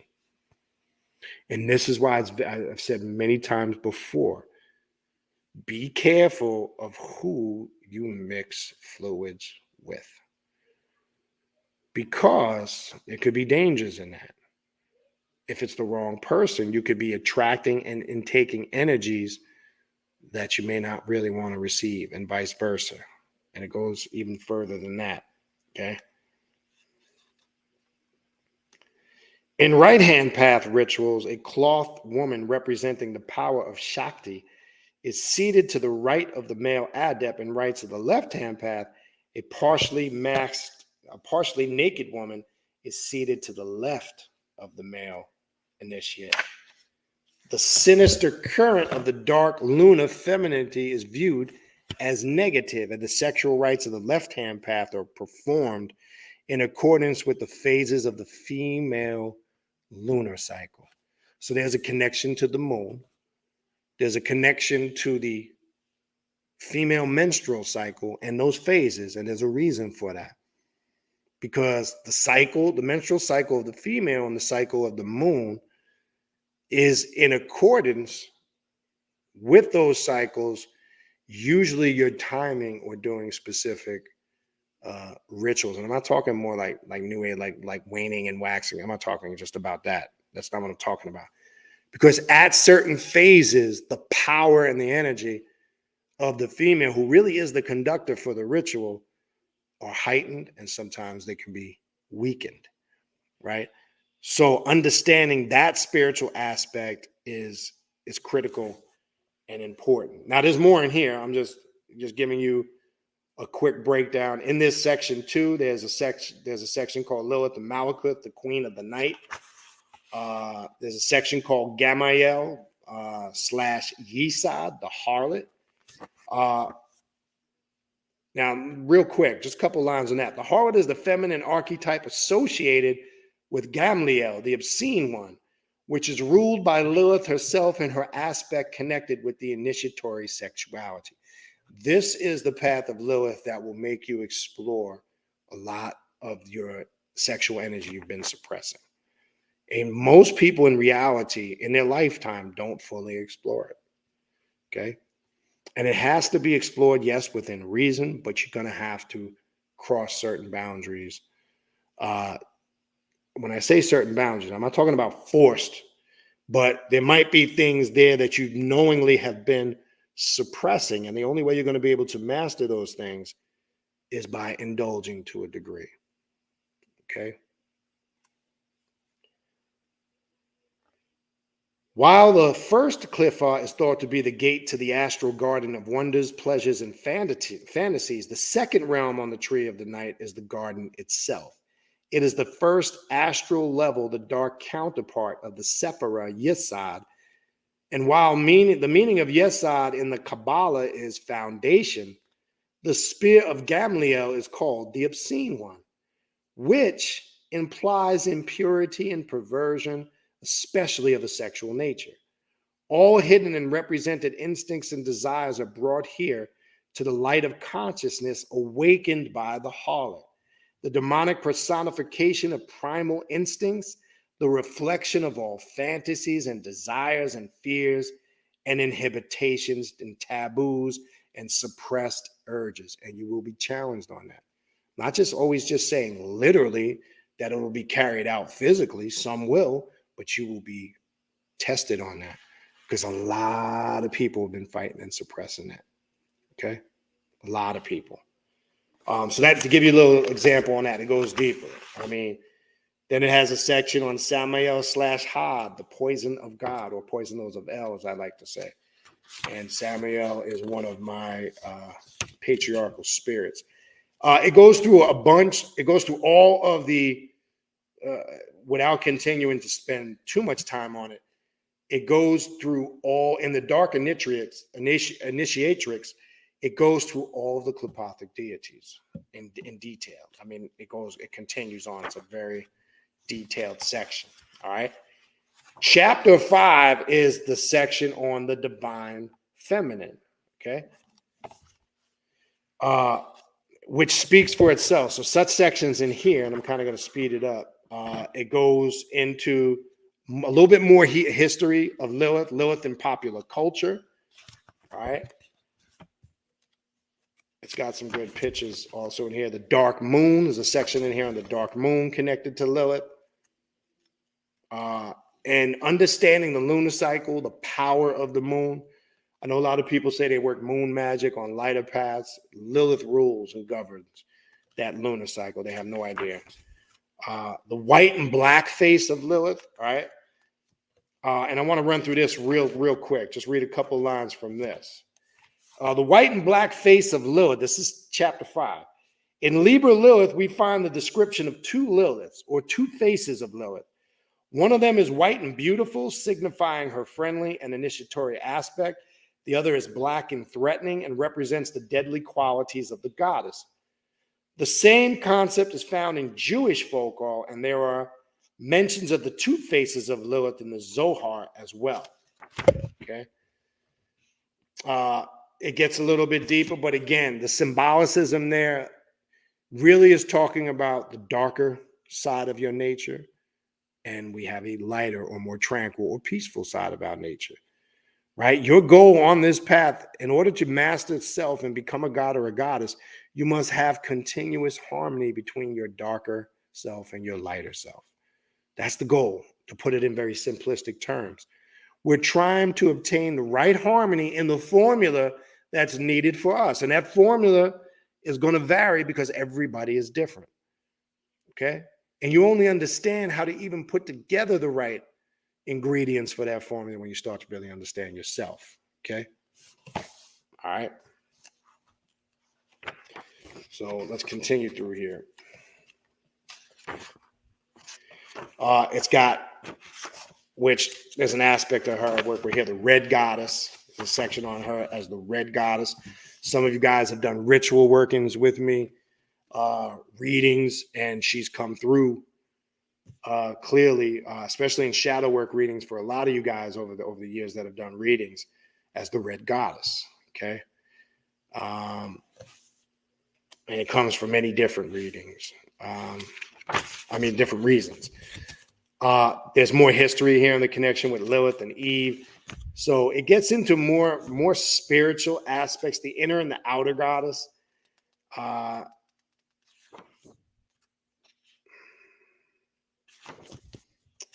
What else is in this section?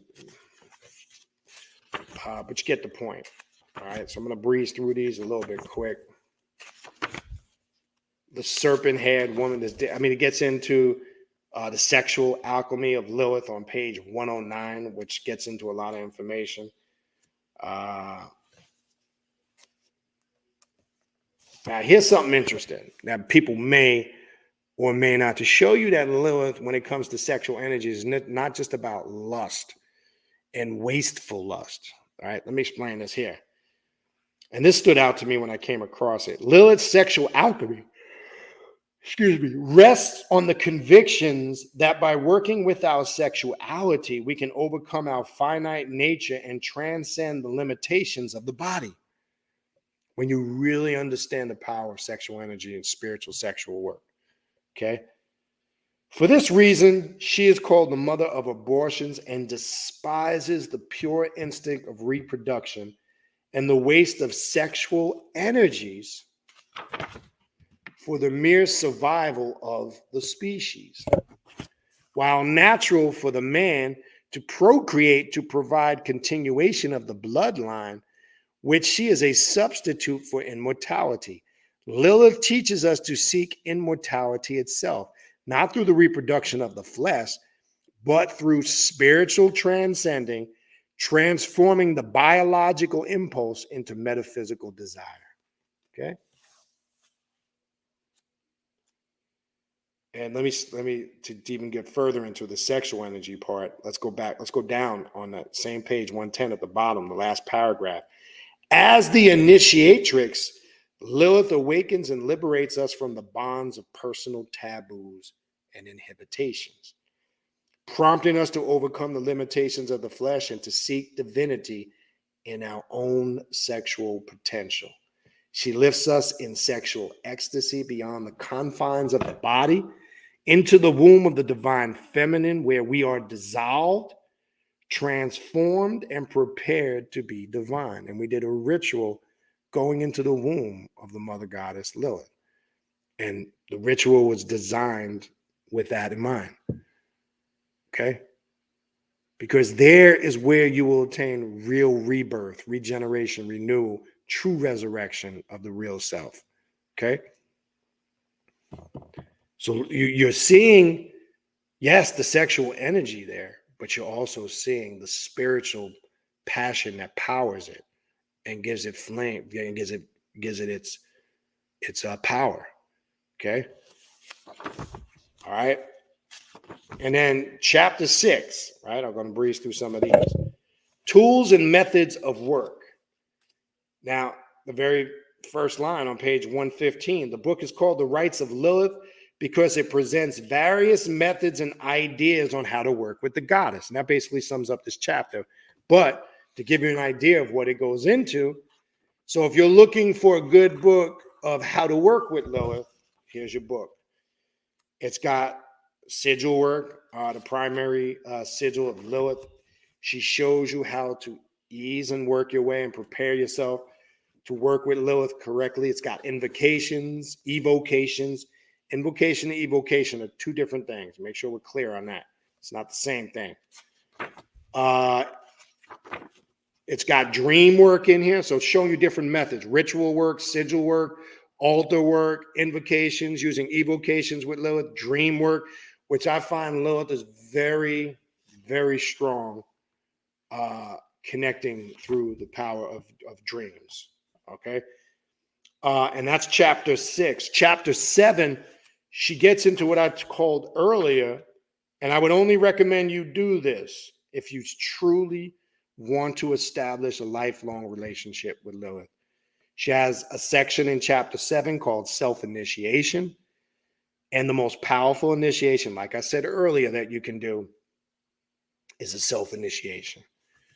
And in my Red Magus mentorship program on Patreon, it takes you, your first year's work leads up to that self-initiation. See, I don't work with people in bullshit. There's no snap your fingers, crackle pop, and you're just going to run through something. No, you're going to do the body of work. You're going to earn your way, and you're going to take yourself to the threshold and the doorway of your personal self-initiation. This is very similar, okay? So there's a whole section in here on a whole rite of self-initiation. And again, this is, and it's not a long chapter because it's just the initiation itself. It's a self-initiation ritual from pages 131 to 138. And again, I would only encourage an individual to do that wants to establish a lifelong connection and relationship with Lilith. All right. Chapter 8, she has an opening ritual. She gives you some ideas of, it's a very short chapter. It's just a few pages that contains a suggested opening ritual that you can do when you're doing work at your altar with Lilith. Now this is a lot of work I do here. Even before, this is something some of my main work with Lilith is going through the cave of Lilith, and we've done work on Patreon with that. There's a whole section in here. Chapter 9, a few pages. Then as we get into chapter 10, it gets into the mystery of the names. Look at this. Look at this picture. There's a beauty right here. Look at that. That's awesome. See that? Oh, there we go. There we go. So this section here, man, it's got a whole section and workings. They got a ritual in here and a sigil in here connected with her, the northerner, because all evils descend from the north. Well, here's the thing. In rituals and even in lodges, it's funny because even in the Masonic lodge, no work is done in the north. And they tell you the reason why, because the north in the lodge represents complete darkness and desolation. And it's funny how there's an aspect of Lilith called the northerner. So any of you brothers that ever traveled or Eastern Stars and always wondered why nothing was ever done in the north of the lodge, well, that's the reason why. They're even, whether they're conscious or aware of it. All right. So the mystery of the names goes through some of her different aspects.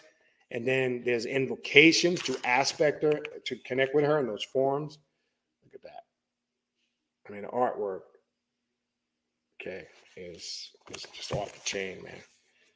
Off the chain. The imagery that Asenath Mason has tapped into here. And for those that know and are familiar with her work, also know that she is an artist and has an amazing skill and talent of depicting these visuals. It's got another aspect, the mystery of her names here, called Lilith, the sinful. So there's different section here. Lilith, the ancient. So you're getting her different aspects. There's sigils connected to it, invocations, meditations that you can create with this. There's off the chain. There's invocation for all of them. This is one of my favorites here. And mother of abortions. But look at this. People don't understand this, and I want to clarify this, so I'm going to go through that because people don't fully understand. Let's talk about this one for a minute. She is called the mother of abortions because she hates fruitfulness in the daughters of Eve. With wicked arts, the procures miscarriage. The sigil shows an eye or catis within a womb of thorns or teeth, the vagina, showing the sexual character of this Gnosis and pointing at its harsh and threatening character. There is a flame in the eye symbolizing the emphasis is on the spirit and not on the flesh. That's why people misinterpret. That's the sigil. People misinterpret that title, Mother of Abortions. They think it's about killing babies. No, there's a symbolicism there. Okay. I can tell you this though. This is a form of Lilith that can be very destructive. Okay. Very destructive. A single drop of blood flows from the goddess's womb, ever menstruating, always in the fertile phase, but never giving birth. The sigil should be painted in black and red. The mother of abortions is fearsome, devouring goddess. She comes with disheveled hair, with mouth open and devouring all forms of life. In art, myths, and legends, this is represented by Lilith devouring newborn infants. Indeed, this is a highly disturbing mask of Lilith, showing the great mystery and ambiance of the goddess. Abortions have always been feared, but also desired. It has always been a dark, forbidden domain, regardless of whether it is the past or the present, and possibly also in the future. Okay? There are women who long for a child and would do anything to conceive and give birth. To those, the mother of abortions is an enemy who threatens their sense of womanhood and destroys the chance of being a mother. But there are also women who do not wish to be mothers. To those, the goddess is a friend and an ally. She will help prevent conception, trigger miscarriage, or ensure infertility and inability to procreate in the future. A life destroyed before it can grow is a sacrifice to the mother of abortions. Okay? And let me leave you with this part. Working with this mask of the goddess is a harsh process, evoking a lot of fear and mixed feelings, hence the thorns and sharp teeth in the sigil. But abortion also helps a woman retain beauty and independence, untouched by the burden of motherhood, hence the beautiful female eye in the sigil, representing women who reject maternity. So this is only a mask or an aspect of Lilith that's going to appeal to a certain individual. Okay. And let's be real, this exists. Some people have this mindset. So it's not an aspect of Lilith that you want to really mess around with lightly. She's very destructive. Okay.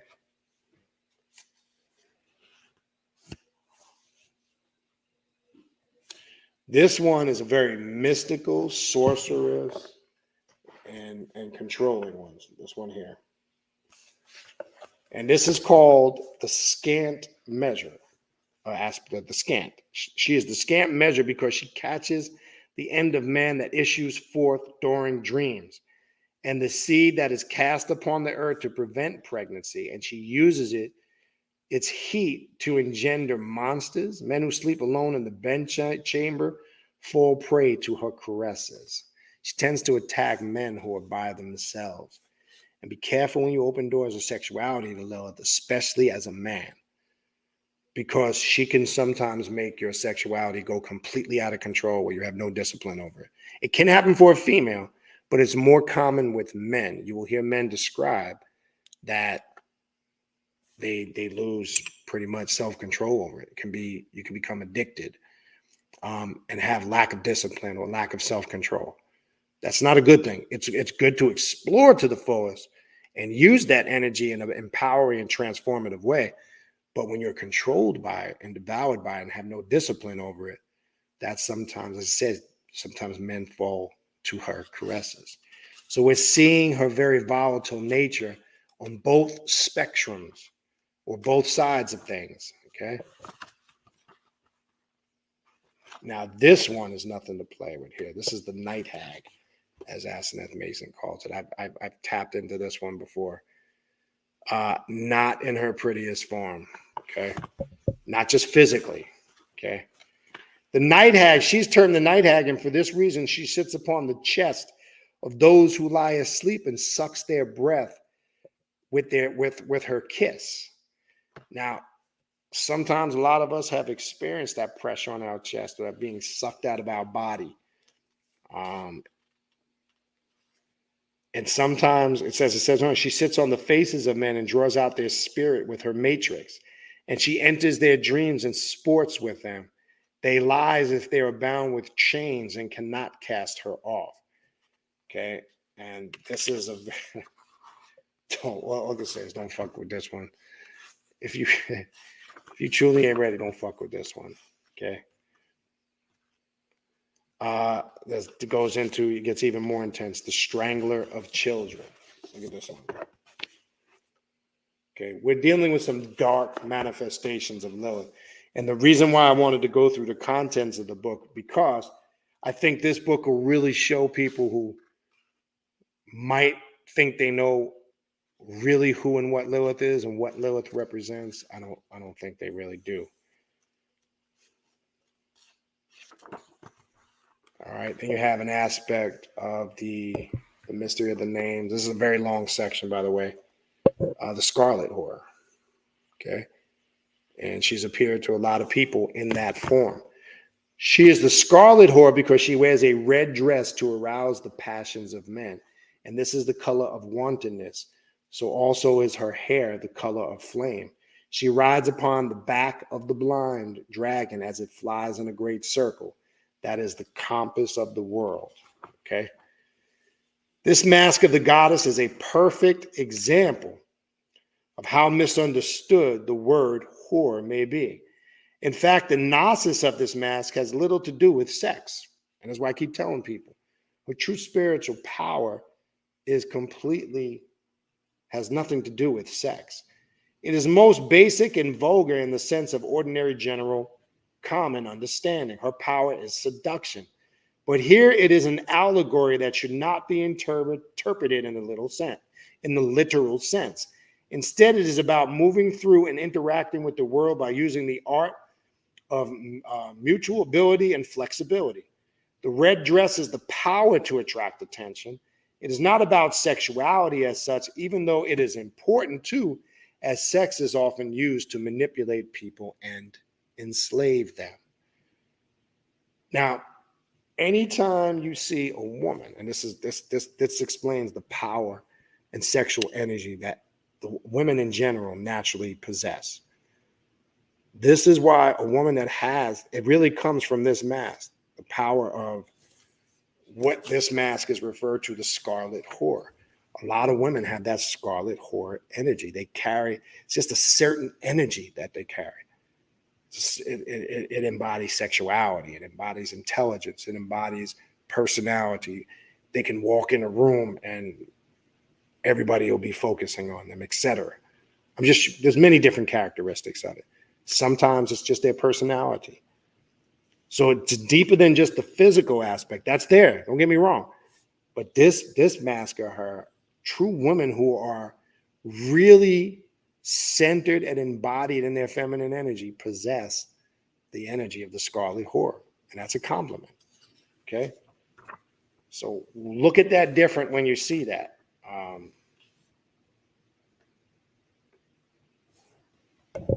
Then we have her as the form of the Queen of Harlots. I love this photo. That shit is off the chain. Okay? She is the Queen of Harlots because all fallen women who sell themselves for the price of a loaf or a jar serve her as handmaidens and worship her. She instructs their minds in perverse arts. They are made bold in sin by the courage she grants, and it is this kind of reckless madness that drives them onward to greater wickedness. Now, this is the power of sexual manipulations.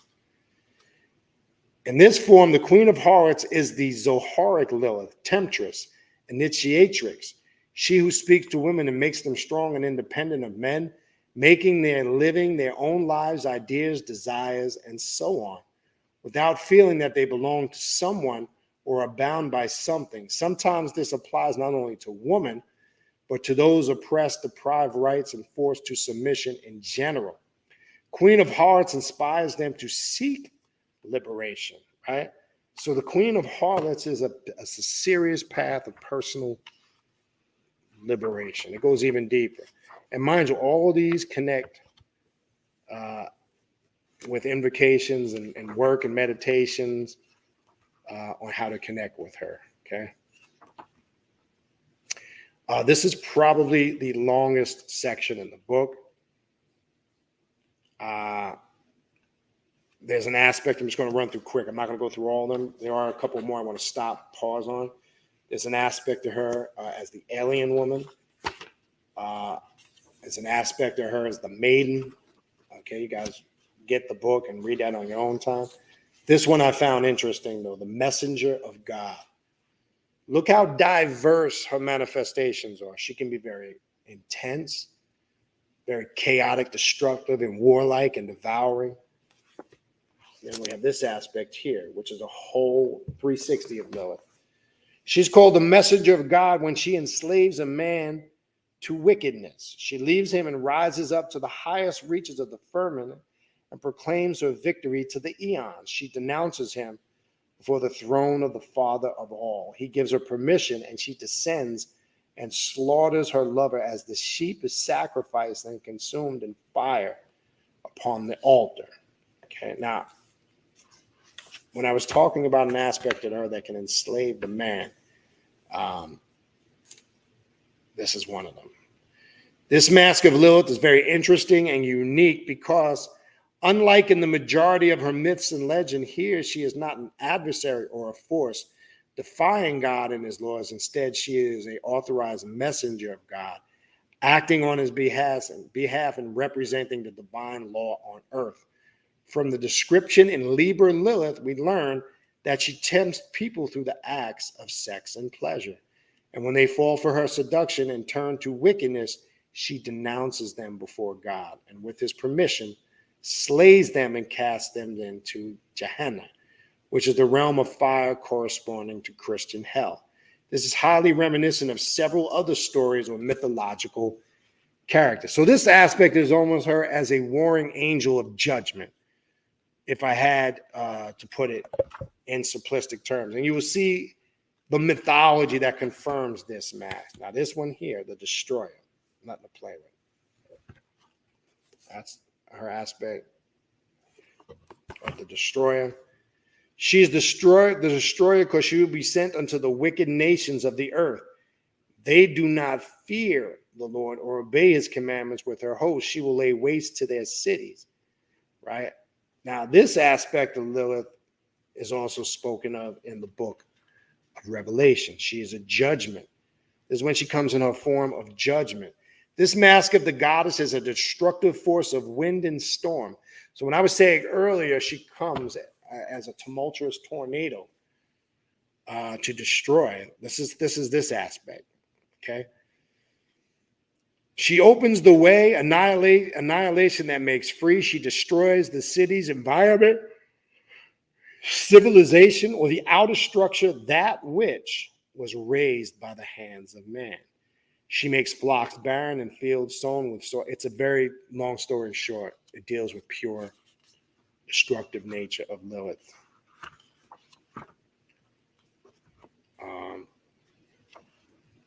Wow, this is extremely, again, a long part of the book. I'm gonna kind of get to the next section, but there's a few more in here. I just wanted to point out a few.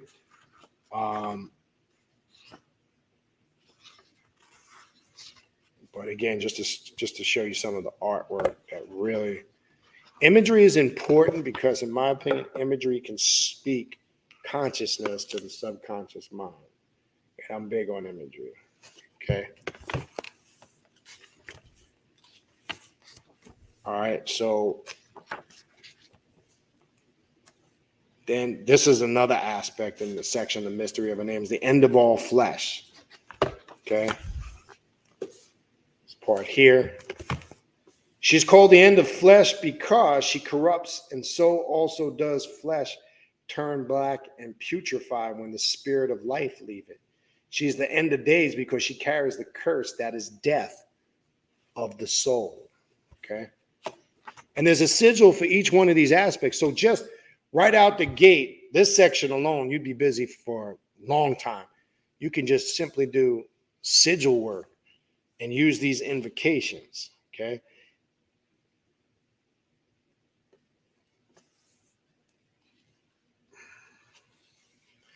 This is the beginning and the end, the eternal cycle of birth, death, and rebirth. Okay? This form of Lilith is not fire, air, or water. It is earth. It is the fertile earth and the tomb in which the body is laying to putrefy. So this will help you understand. This mask of the goddess can be called to assist in all kinds of initiations that involve a rite of passage from life to death, from one condition to another, or simply from one stage of the path to a next one. So remember, death is not just physical death, it could be a spiritual death, a rite of passage, right? And this is a very mystical, if is a polite way to call it. Now, chapter 11 gets into some of her secret names, the secret names of Lilith. And like the previous section, it got the names. You got Abiko, which is a very vampiric or a demonic aspect, and it's a form that I connect with. It's one of my favorite. Okay, and in this form, the goddess herself appears for the first time as a black-haired woman with rough skin full of wounds and scars. Abiko is sleeping but stirs to awaken when she is called by the magician. She is a dormant force not encountered in the modern world, but rather something that belongs to the past. She is a scorpion, but not in the mundane sense. She does not have a scorpion manifestation. It is all about her venomous, killing nature. She seems to slay people with venom, and venomous animals such as scorpions and snakes are her agents. She is both venom and fire. Very powerful form. Then you have Abito. Okay. See, I don't think many people really understand the vastness of working with Lilith. Other than, yeah, you know, you hear those people with this superficial shit. Yeah, I work with Lilith. And I got 14 karat gold vagina and all that, you know, stupidity. That's one app. I'm just going to run through these quick for the sake of time. Then you have, well, in her form, I mean, it kind of does it a disservice, but I could be here all night doing this.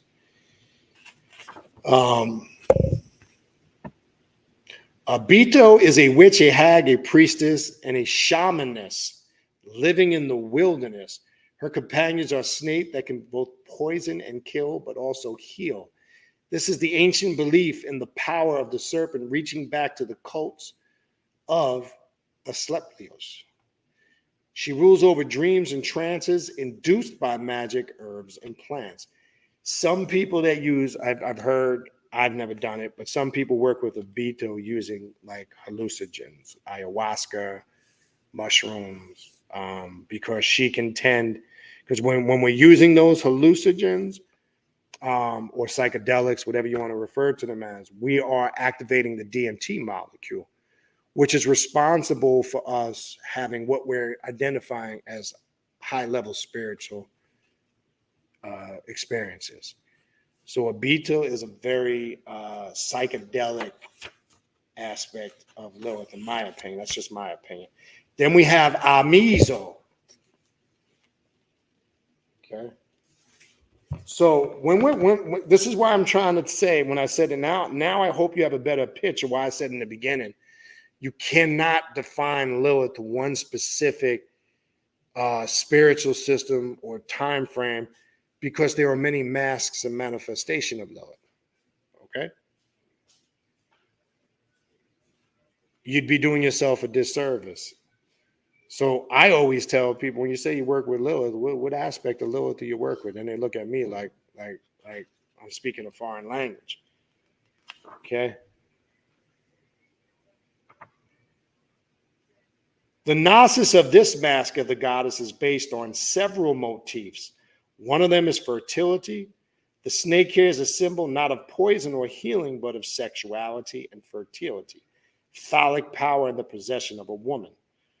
All the correspondences that are usually ascribed to Medusa belong to Amizo as well. I have a pendant. I've worn it a couple of times. Maybe people have never noticed it. It's a pendant of Lilith in this form of a Medusa-like form that's very synchronized with Amizo, right? It also has Batna.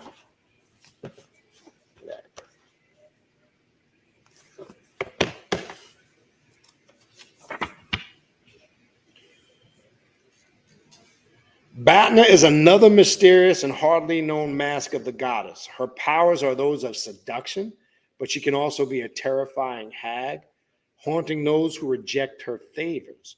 In Rites of Magic, she introduces herself as the mother of vipers, with vipers not in the sense of animals, but those who are cunning, devious, and tricky. She gets into the head of a person and incites thoughts. These thoughts depend solely on what she wants to show us. Okay, and this is why I said don't bargain with the spirit like Lilith, because you don't know what form will manifest. All right, there's others in here, but again, for the sake of time, there's Elio, there's Ita. This is the one I like too. I just want to stop. Esorpio, beautiful as well. Depends on how you look at it. Okay, the gnosis of Esorpo is the moon as the womb where new life is born, and the vessel for the seed is sexual intercourse. She's the teacher of moon magic, lunar magic, especially involving the transformation of poison into nectar and absorption for the purpose of creation. This is the mystery of self-creation, the self-procreating womb. This is very old form of Lilith. It is the mask. She does not seem to have a human form at all. Instead, she appears as a serpent gliding over black waters, reflecting the white moon above it. It's a very ancient form of Lilith. And there's Kia. All right, I'm going to skip through this. Another very long section like the previous section. Again, when you get the book, you'll see explore. So there's rituals, invocations, sigils in this section also for the secret names of Lilith. Again, I would be here all night going through it. Podo is interesting to me because it almost reminded me of Beelzebub. All right. See that? Again, this is what I'm trying to say. It's, when people say they work with Lilith, I got questions. Okay.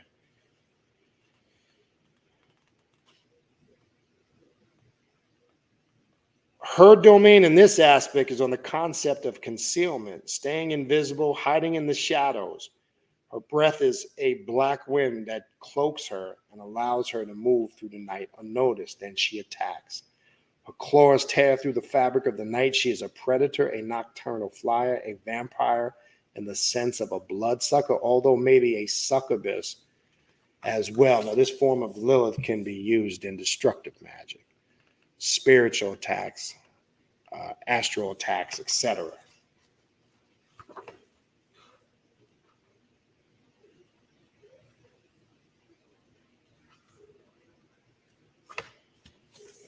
This one is very interesting too. God, my knees, feeling this shit. Like Satrina.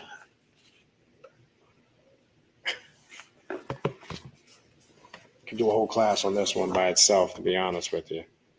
Invoked of the temple of flesh, Satrina teaches the vampiric arts, especially the sexual and emotional form of vampirism, arousing a person to fill their blood with hormones of ecstasy and then feeding on it, leaving the victim either intoxicated or drained.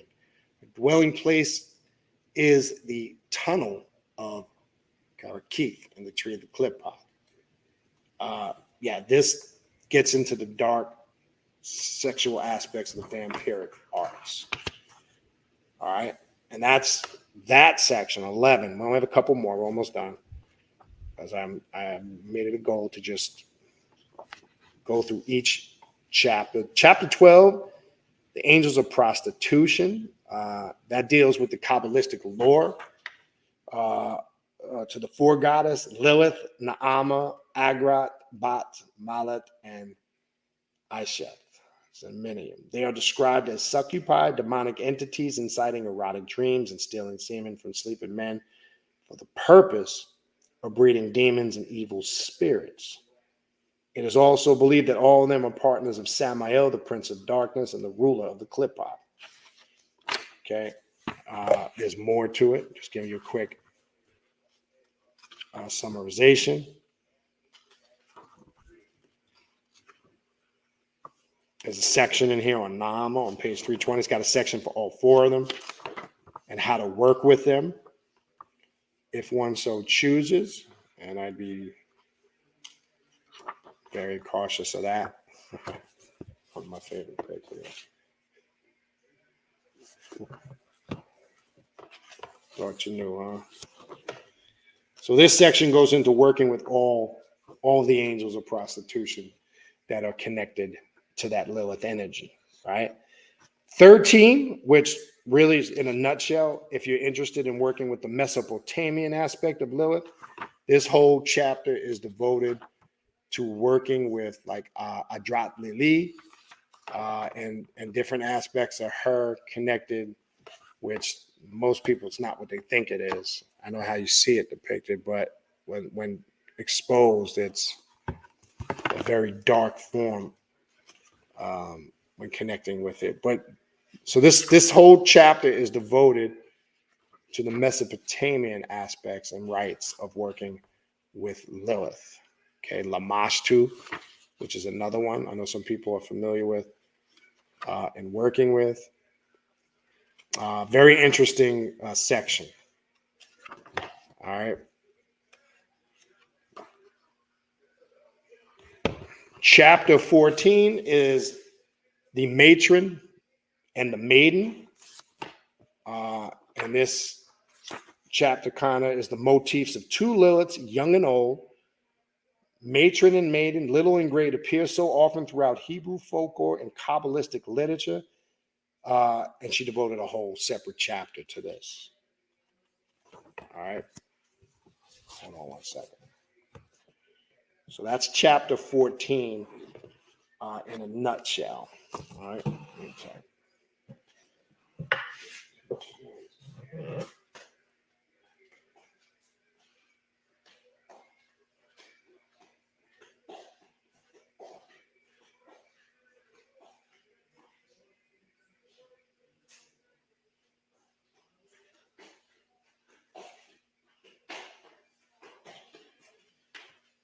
All right, which takes us to the very last chapter, which I think is an integral chapter, because this one here, as opposed to the different names and aspects,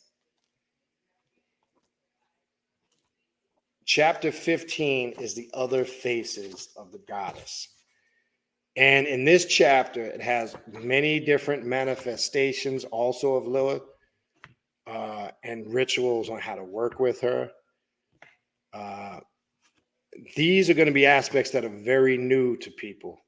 The names, you're not going to be very familiar with them if you haven't really in depth studied Lilith, Bat, Zuj, and man, it's just crazy when you look at some of these manifestations. All right, just to show you some of the artwork.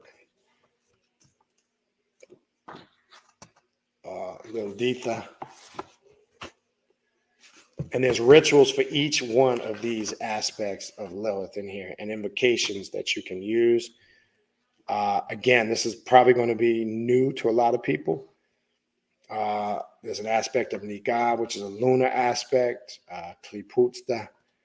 There is Pizna. Different aspects. Leil. Well, that's one people might be familiar with this one. Leil. And this is the last chapter in the book. There's rites, there's ritual work, invocations one can do, et cetera, et cetera. That's pretty much all 15 chapters of the book. But I think this last chapter is there's stuff in here you're not going to really find anywhere else. Okay. So the book again is 15 chapters. Okay. 460 pages. And again, the book goes for $60. And again, the book, I know Mika put up there, you guys see on the screen. It's NephiliumPress.com. Just know you. NephiliumPress.com is where you can get the book. It's a hardcover book. You see, it's a very high quality book, hardcover, binded. It's got a bookmarker in there. And as you can see from what I showed you, so this was a little bit more than it was a very thorough book review. I kind of wanted to do not just a quick synopsis. I know people do just quick reviews. That's cool. I wanted you guys to see a very thorough review and some examples. So I think that kind of gives it. All right. So let's go up. If you guys have any questions, any comments. Well, I'm not gonna do all the comments. If the comments are relevant for the sake of time, I'll just take some questions. So again, go get that book, NephiliumPress.com. All right, I'm gonna put it up in the chat.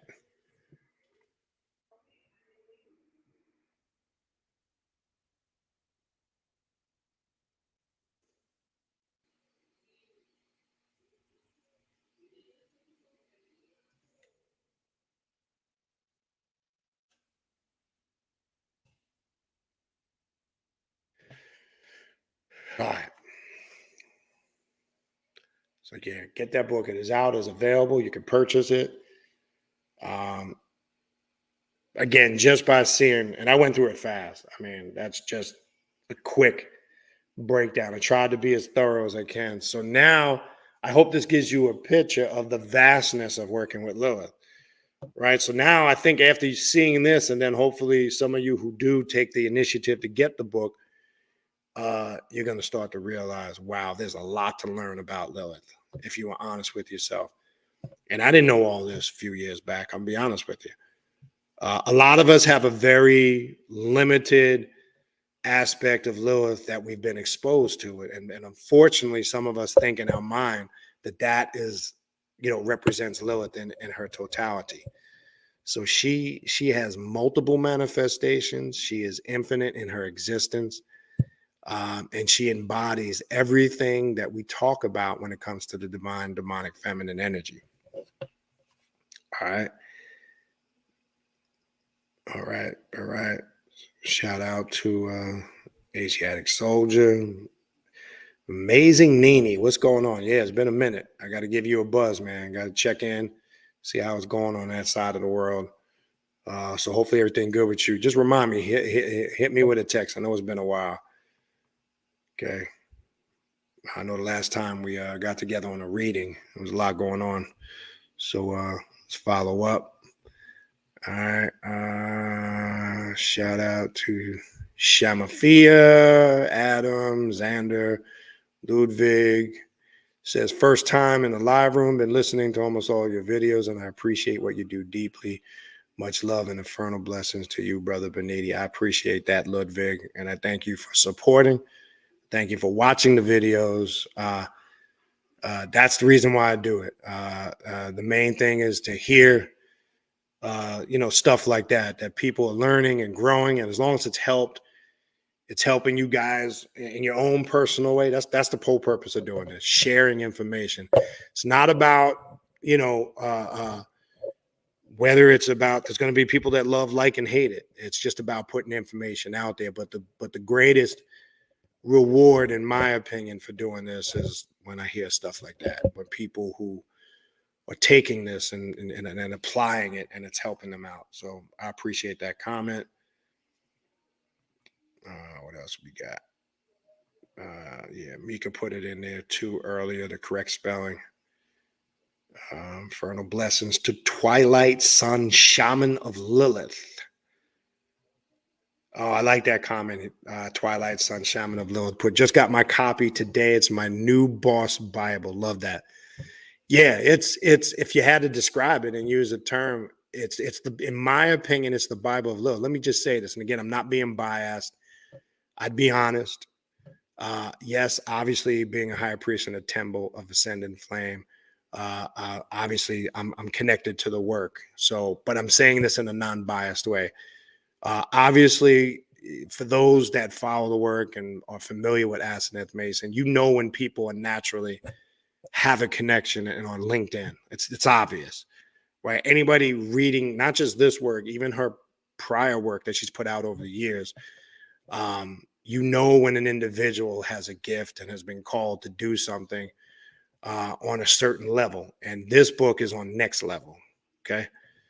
Be honest with you. And I don't look at things as a coincidence. I know she's reached out to a couple people. Like I know Edgar Carvel did a review on his page, but she has reached out to people to review this. And I think she's reached out to people for certain reasons, just my opinion, because I believe she can recognize certain things in others too, just like you guys have the ability when you're dealing with people in your environment, your surroundings, you too can recognize certain things, the good and the bad. It goes both ways. I'm not just saying all of it is good, but this, I do like that term. It's like the Bible of working with Lilith, because I'll be honest with you, the average person, be honest, they probably have no idea there's that level in many aspects, excuse me, of working with Lilith. Look, the best way I can say with Lilith is I carry Lilith literally, and not to sound fluffy or cliche, but I carry Lilith in the heart. Because when I first started doing work with her, and again, it's a very vampiric aspect. Everybody has their own connections. It's been life changing, number one, and it's been a spiritual marriage that cannot be broken. And that's why I say don't play around with it. And connecting with her in ritual it's very sexual in nature. Don't get me wrong, because it's crazy what happens on that level.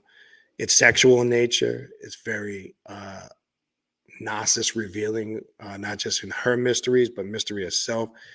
It takes you to all heights. I can't put it into words. Okay. Can't put it into words.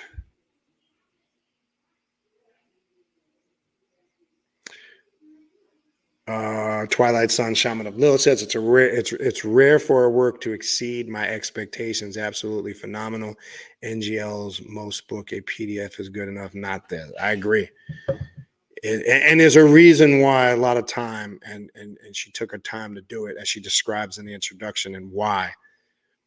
Because when you read the how again vast this book is, there's no way somebody can do this in a short period of time, right? Because when you see, and just what I just went through as quick as I could doing a review, you're going to be even more blown away. I mean, like I say, when you get really engulfed in the book, you're just going to get blown away by it. Okay.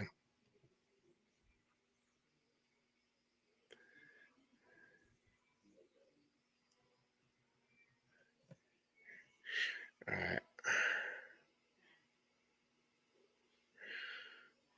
Twilight Sun, Shaman of Lilith says, with Lilith, there's no time. She plays with it. That's correct. Like blocks. So to me, it makes complete sense. Working with Lilith in general is a very intuitive, subtle game. It is. And it's not, look, like a lot of other things on this path, it is not for everybody. Okay. We hear that all the time. You've heard me say it. You've heard others say it. Not everybody is called to do this work. And this is why I keep telling you guys, be careful, because there's a lot of infused, fluffy bullshit out there mixed in with some of this darker stuff. And to me, that's even more dangerous, because there's people, I call people that are doing that, and trying to play around it, they're straddling the fence. They kind of want to still stay fluffy and light, but kind of dip their toe or foot into the dark side. And you can't do that. Because what that's going to do is mess you up on a mental level that you're far able to comprehend. Okay.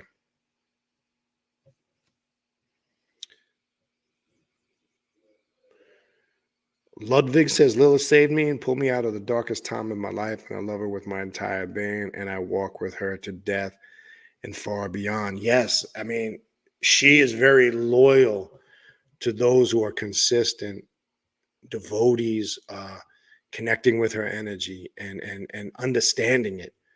And it's true. Words cannot really describe it. You saw, as Asenath Mason was describing in the check, she comes in those forms. So there's man, it's going from A to Z when you're dealing with this. It's crazy. A lot of power in it. See another comment by Twilight Sun Shaman of Lilith. She's the mother of the unknown. She has always existed. She's the dark Sophia / asset team. Yeah, in her many forms. Shout out to brother Taja. Hey, if you guys didn't check out, man, the other night we did a really good hip hop occult show. Check that out. T Carter, if that's a T Carter, I think it is. That's Tanisha. What's going on, Tanisha? I think that's you. Hopefully that is you. Not sure if you are still here. Hope all is well with you. It's been a minute, so we're seeing some people, and we ain't seen it here in a minute, man. I told you once in a while I reach out. I called some of you guys a few months ago. Sometimes the spirit will you guys will come into my mind. And I remember it was a couple of months ago, and I think I reached out to you, Tanisha. You were one of them. I think I reached out to Yvette. The spirit just brought your names to mind, a couple of you guys, just to check on you. And sometimes we have to do that, regardless of what's going on, regardless if we disappear, regardless if we're doing our own thing. Just once in a while, don't hurt. Just check up on people, man. So good to see some people up in here I haven't seen in a while.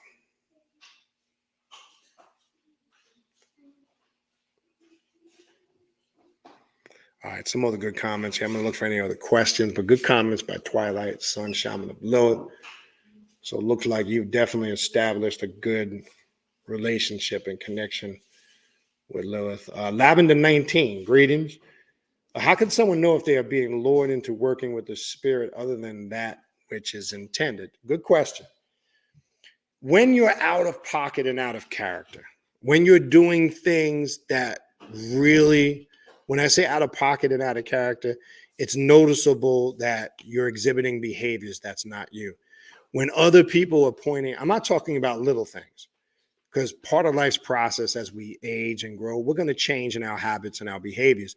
But I'm talking about very strong, noticeable things that you yourself may notice, or trustworthy people for years are pointing things out that and you just see things around you happening, or you're getting yourself into situations that you've never gotten yourself into before. You're making really bad decisions, or you could be saying stuff to yourself, I don't know why I'm doing these things, or you're noticing it yourself, usually by your behavior and the results of the actions of your behavior. You'll notice it's going to be very obvious, okay? And it can happen. And that's why I said before, there are some people, not just with Lilith, they think they're connecting with a spirit, and it could be, it could be something else luring them. And usually your behavior will dictate that, right? Because some people, they may not notice it in the moment, but they'll go, oh my God, what am I doing? What's going on? Etc. As they take that pause and they look back, they start to see they're out of pocket or they're out of character. Okay, so you'll know, trust me, you will know. You have to just pay attention to those signs and things going on around you. All right. Yeah, please remember, thanks, Taja. Hit the like buttons, get the likes up, subscribe to the channel. So the algorithm of this gets out. Because as you know, unfortunately, we don't talk about mainstream things here. So our algorithm. Now, if I was talking about, the Kemet versus Egypt, Egypt versus Judea, forget it. There'd be all the spookies would be in here. So get those likes up, subscribe to the channel, hit the notification bell. Yeah, Phoebe, and your feelings, you're right. They're going to get hurt. And sometimes that's your ego taking a punch, right? And it's part of the growth process, right? You got working with Lilith is going to challenge you on what you think you know. It's going to challenge you on your morals. It's going to challenge you on anything in your life that you feel you're grounded and rooted in. It's going to put it to the test. Now, it could be some of those things are solid, and your foundation in that could be solid. So those things might affirm what you already know. That can happen too. But that's the easy part. The hard part is when you come to the realization of something you thought isn't what it was. And it can be a shot to the ego. And you're going to have to work your way through that. It's not always pleasant. All right.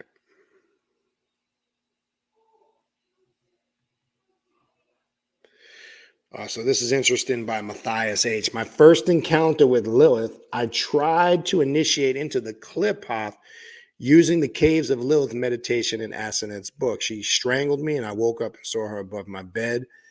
Beautiful, demonic, and red. I took that as this isn't your time, so I waited 4 more years before trying again.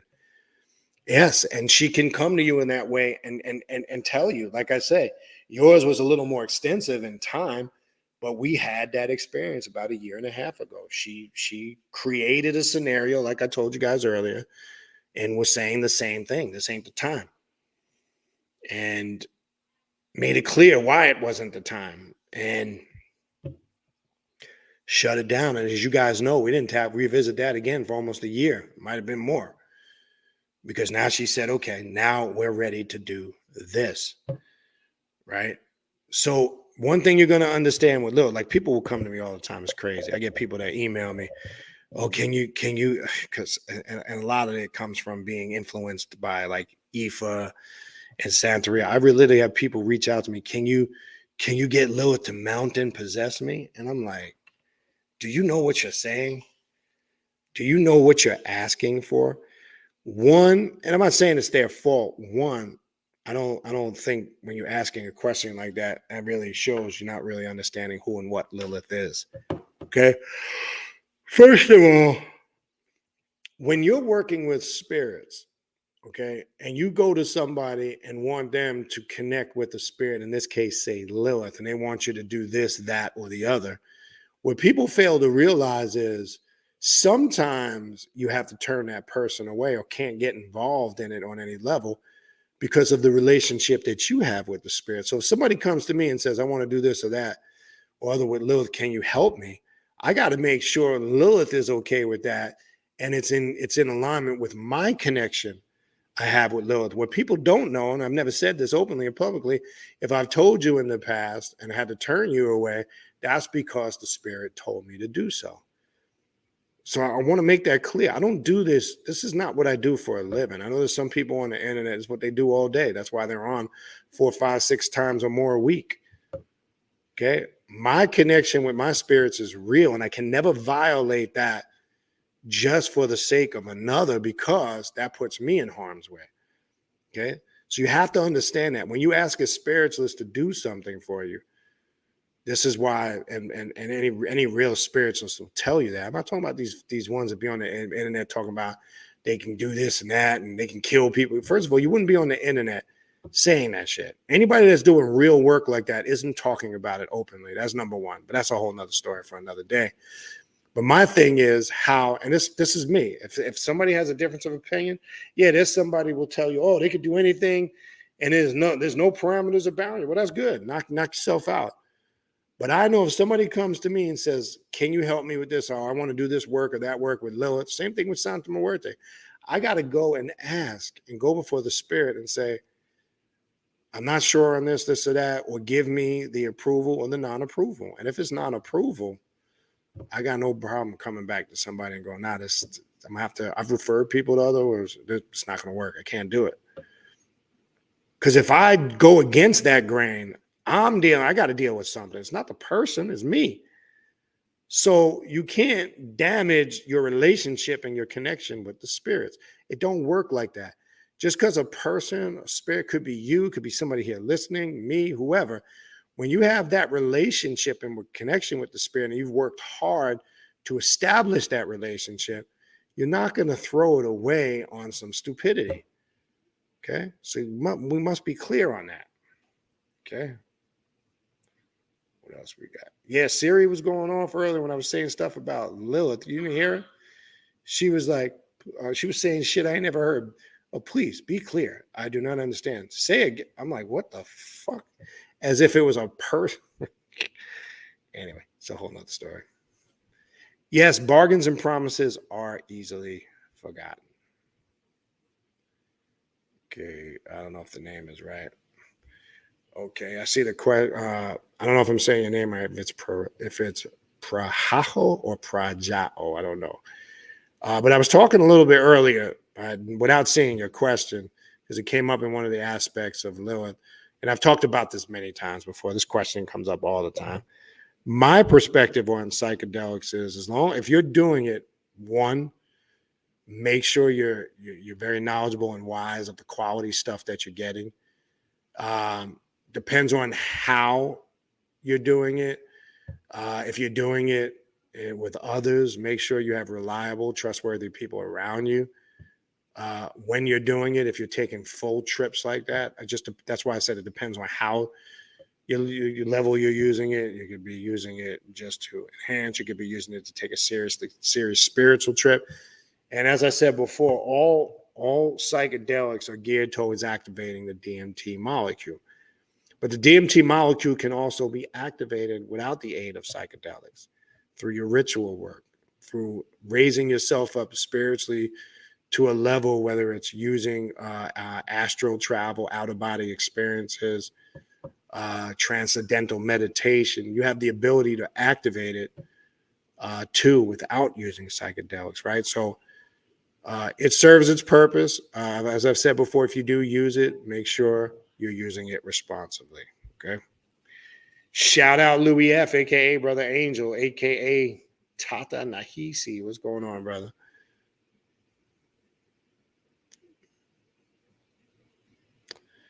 Yeah. Let me see if I can. Hold on. Let me do this. I don't know if it'll come up, but hold on a second. Taj, I might be able to create. What I can do is let me put a direct link to the website where you can get it. And I can put that in the chat. Okay. Here we go here. All right. So let me do this. This will be a. Hold on.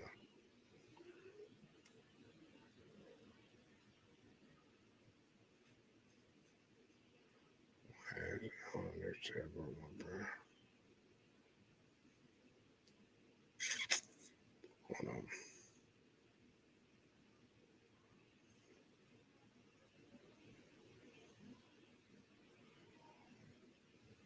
Okay, here we go.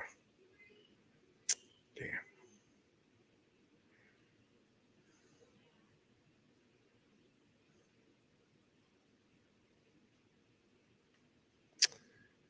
The heck? Hold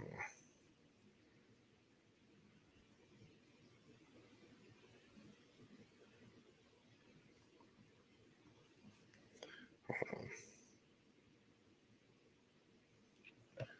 Why does it not give me an option?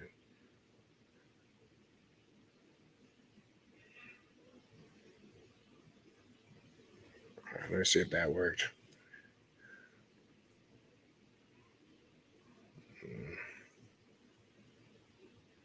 No, it didn't.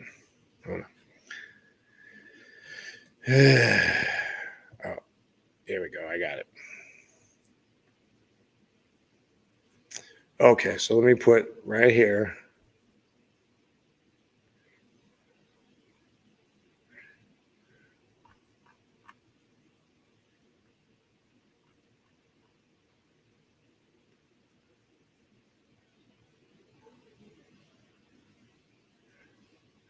So there you go, right there. Just click that. It'll take you right to the book. All right. What else we got?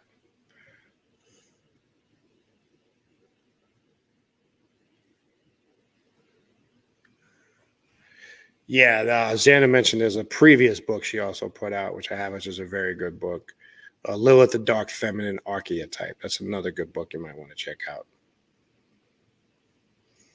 Yes, and you can get some of her books or pretty much most of them are on Amazon.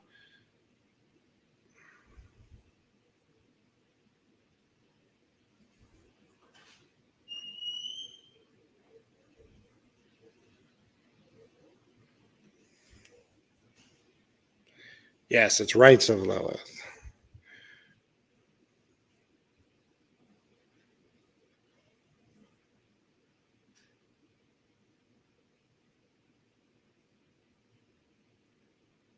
All right, look and see if I see anything else. Don't really see any. Tasha says Santa Claus lives at the North Pole. It's true. Hold on one second. Let me check something. I don't know why we can. There's got to be a way that comes off. Hold on.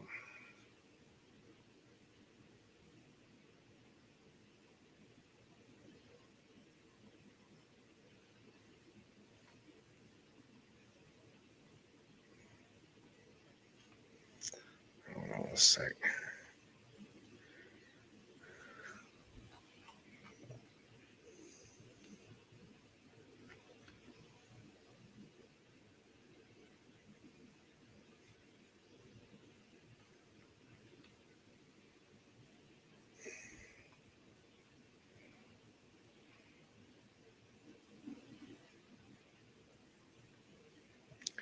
Okay, that didn't work. All right, what else we got here?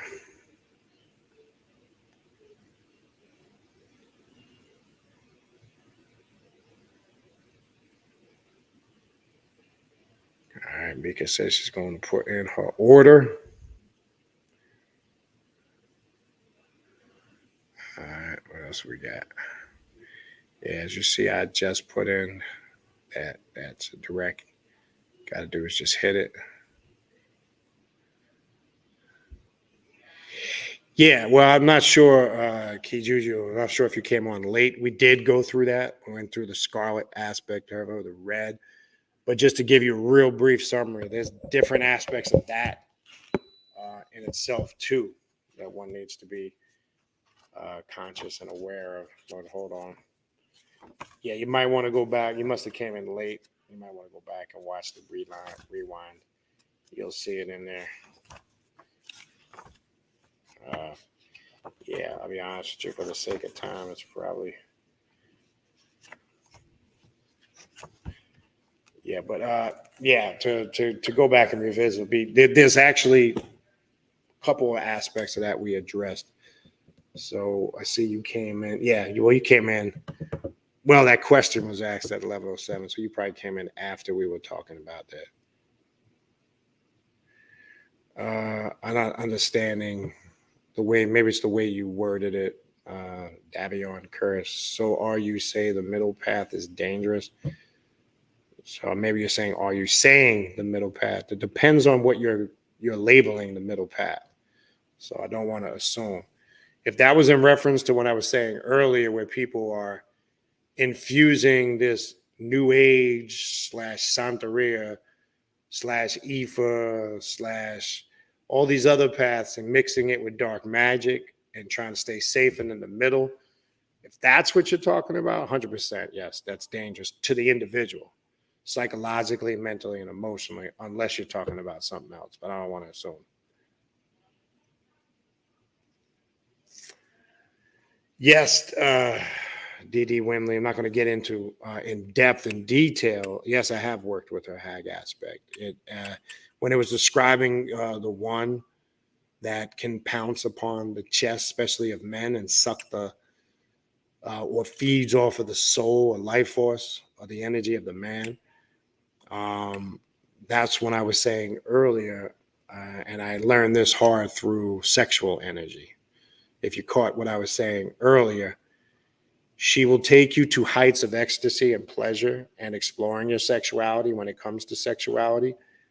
But you must make sure you have your own personal discipline and you set your parameters or boundaries, because if not, you can open the door to that manifestation. It can happen to the female too. It's not just the male, right?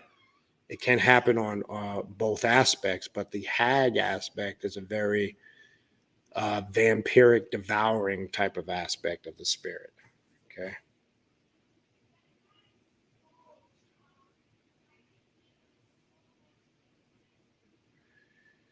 Uh, when you ask questions like that, Xander, I can't tell you that. You're gonna have to make that decision for yourself.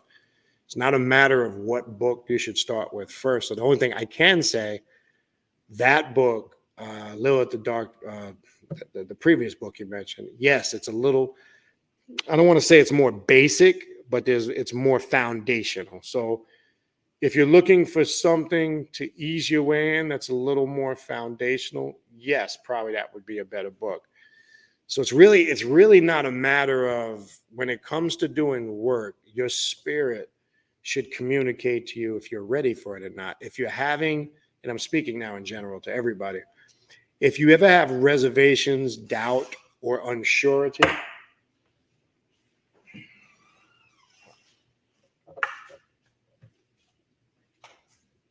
I just closed it, bro. You don't have to with the slow squeaking.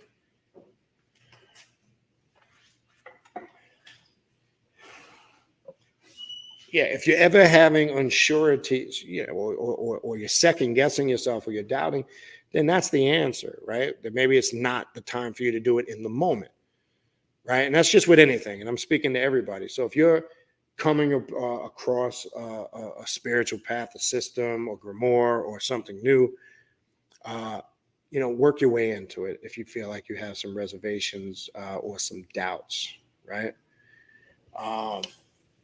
I can only tell you how it works for me. I know, like, anytime I go to do work, I don't sit there. I don't have to ponder it. Now, there's other times where I struggle with that because I don't really have a connection with something, not because I'm having reservations about doing it. There's some things I've had to ponder and go, I'm not really feeling it, so I'm just not going to do it. But if you feel like you need to start with something, long story short, a little bit lighter, yes, that would be the way to go. Okay.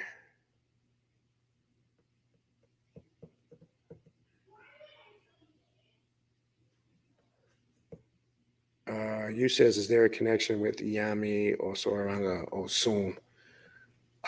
Anytime, whether it's water spirits, I mean, when you're looking in pantheons, and you can synchronize the connection with it, you could take, it could be African spirituality like Ifa or other systems. It could be Sumeria. It could be the Celtic. It could be anything. When you see the connections, yes, there's a connection there for a reason, right?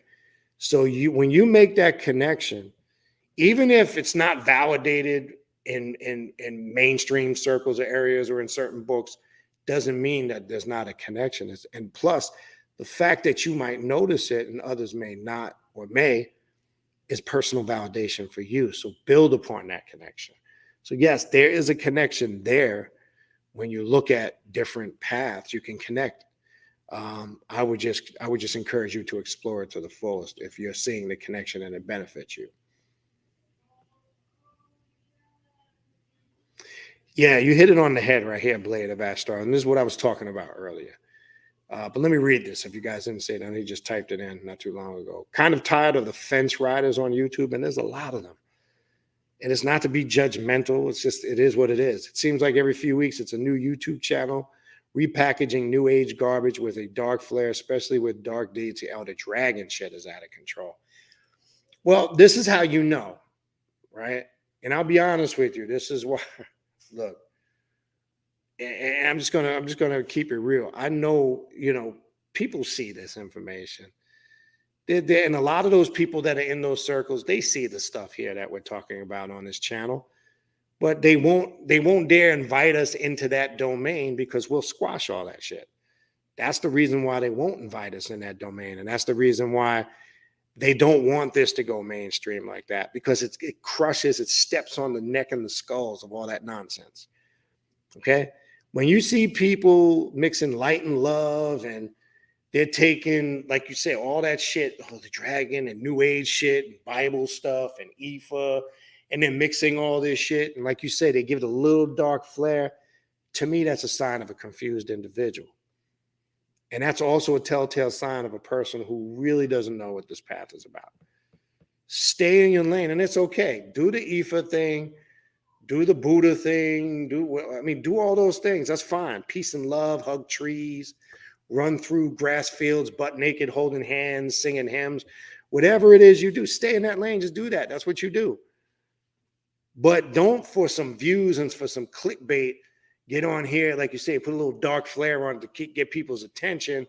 And then I turn it on and you're saying Hotep or Alafia and Ashe and Hotep family. It's like, come on, man. No. I mean, I get it, but I don't get it. But it exists. It's real. Okay? It exists. And I'm glad you noticed it. You pointed it out. And again, it's not to be judgmental. It is what it is. That's just like me trying to be on this channel, but then, trying to talk all about Ifa and doing the reverse of what they do. It'd be the same thing. But if I'm talking about Ifa, Santeria, and Palo, I'm giving you the more occult breakdown of it. But these motherfuckers are talking about, just new age shit. I don't even want to get into it. It's just, I like the ones that get on and do live tarot readings. That's my favorite ones. I don't want to get into that, but it's very new agey. But we also have to understand it's the age that we're living in. Okay, because you got to remember, years ago, a lot of this stuff wouldn't even be happening or existing because there wasn't these platforms to utilize as a form of exposure. And then let's also keep it real. A lot of it is clickbait for victims, because then it's, reach out to me. And I've heard horror stories. You know how many people come back to me with horror stories?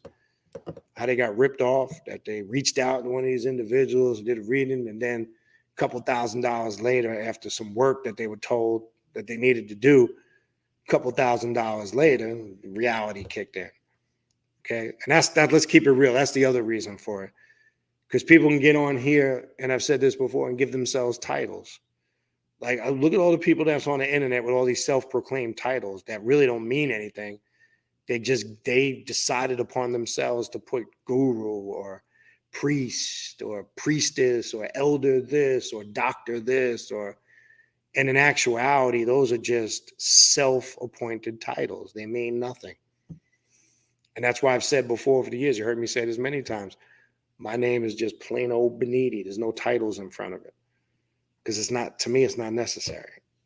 Regardless if you have one or you don't. I think that is an ego-driven thing that feeds people. Okay.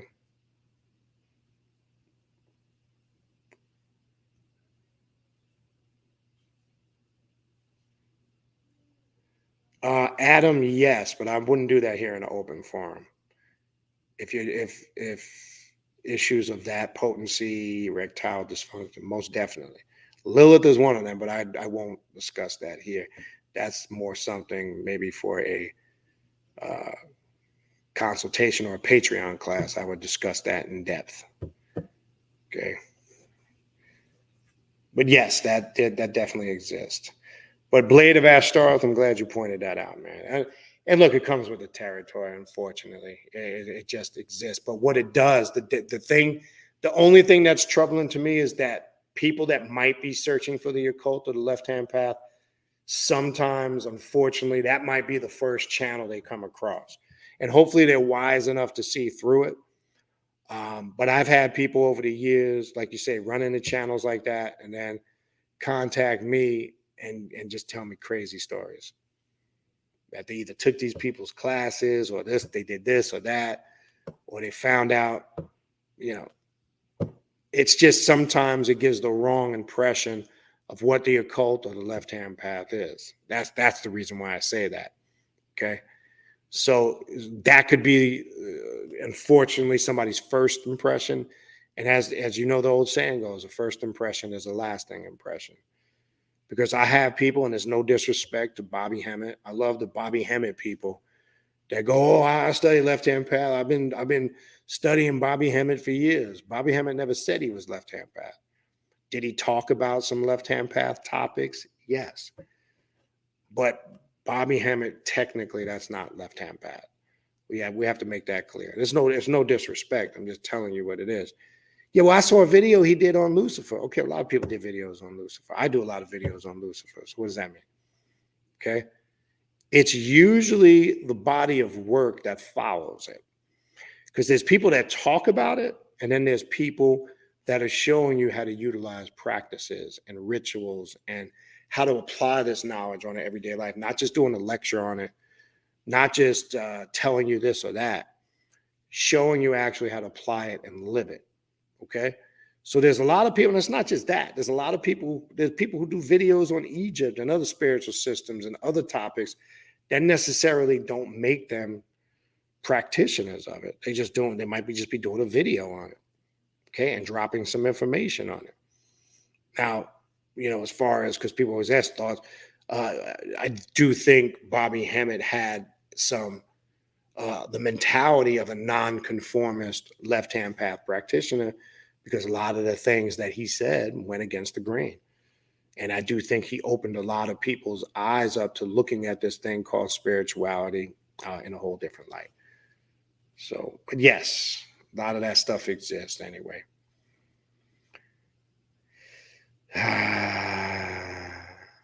Monday. So you ordered The Magic of Lilith by Val Kaplan, which is another good book to begin with too. Yeah, we're talking about it today. So we gotta see how that goes. Amazing, Nini. We gotta see how that goes.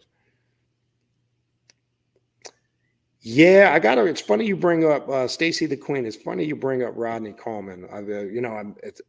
I meant a few months ago to reach out because it's been a while. I definitely am going to do that. I'm going to give him a call and reach out to him. You reminded me. I got so much going on, and it's probably a reason why I just came across that and saw that. It's funny because about not too long ago, maybe a couple of months ago, I was thinking about him. I say, it's been a minute. Cool dude, elder that I definitely respect. Okay. All right. All right. Other than that, I think we're going to wrap it up, people. So in closing, get the book. I know some of you already said that you have ordered it, placed the order while we were doing this, which you're not going to be disappointed. Awesome book. All I can say is it's going to keep you busy for a while. Okay. And that, if you kind of want to know, the best way, if you really kind of want to know what I am really about, if you look at the type of work in this book, that's kind of the level or kind of what I connect with and I work with. That book will give you a good generalization of what myself, if I had to describe the type of energy and the work that I do, that would be it right there. That's the best way I can tell you. Again, just a reminder, we have the Patreon class tomorrow, Luciferian and Self-Mastery, Luciferian Magic and Self-Mastery class is tomorrow, 3 p.m. Eastern Standard Time. Check out the Primordial Chaos Patreon page, patreon.com/Baniti, Baniti. I'd encourage you guys to check out Tier 3. And that'll give you access to all the monthly classes and the monthly ritual. So I will see some of you guys in there tomorrow. We got other classes for the rest of the month.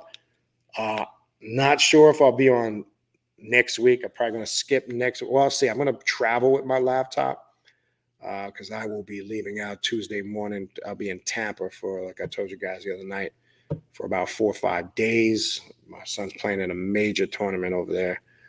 But I'm going to bring my laptop and my supplies. So maybe in the hotel one of them days, I might try to get on if time permits. But if I don't come on YouTube next week, I'll see you guys in the Patreon. And then I'll try to get on here the following week. I got a good topic planned for the next YouTube video. I won't share it now. Catch you guys when I post it. But other than that, appreciate the support. If you need to reach out to me for a reading or a consultation, shoot me an email. I'll set that up next week. Might be kind of tough. It might have to be the following week because depends. I will be traveling with my tools, but I just don't know the time because these tournaments could be crazy with the time going in and out. But I'll see how it works. But I'll be prepared with my tools, and we'll go from there. So I might be a little bit tired. It might be a little bit hard to do that, but we'll see. But other than that, I'll talk to you guys soon. Be safe. Take care of yourselves. Have a safe and productive rest of your weekend. Infernal blessings, and we will talk soon.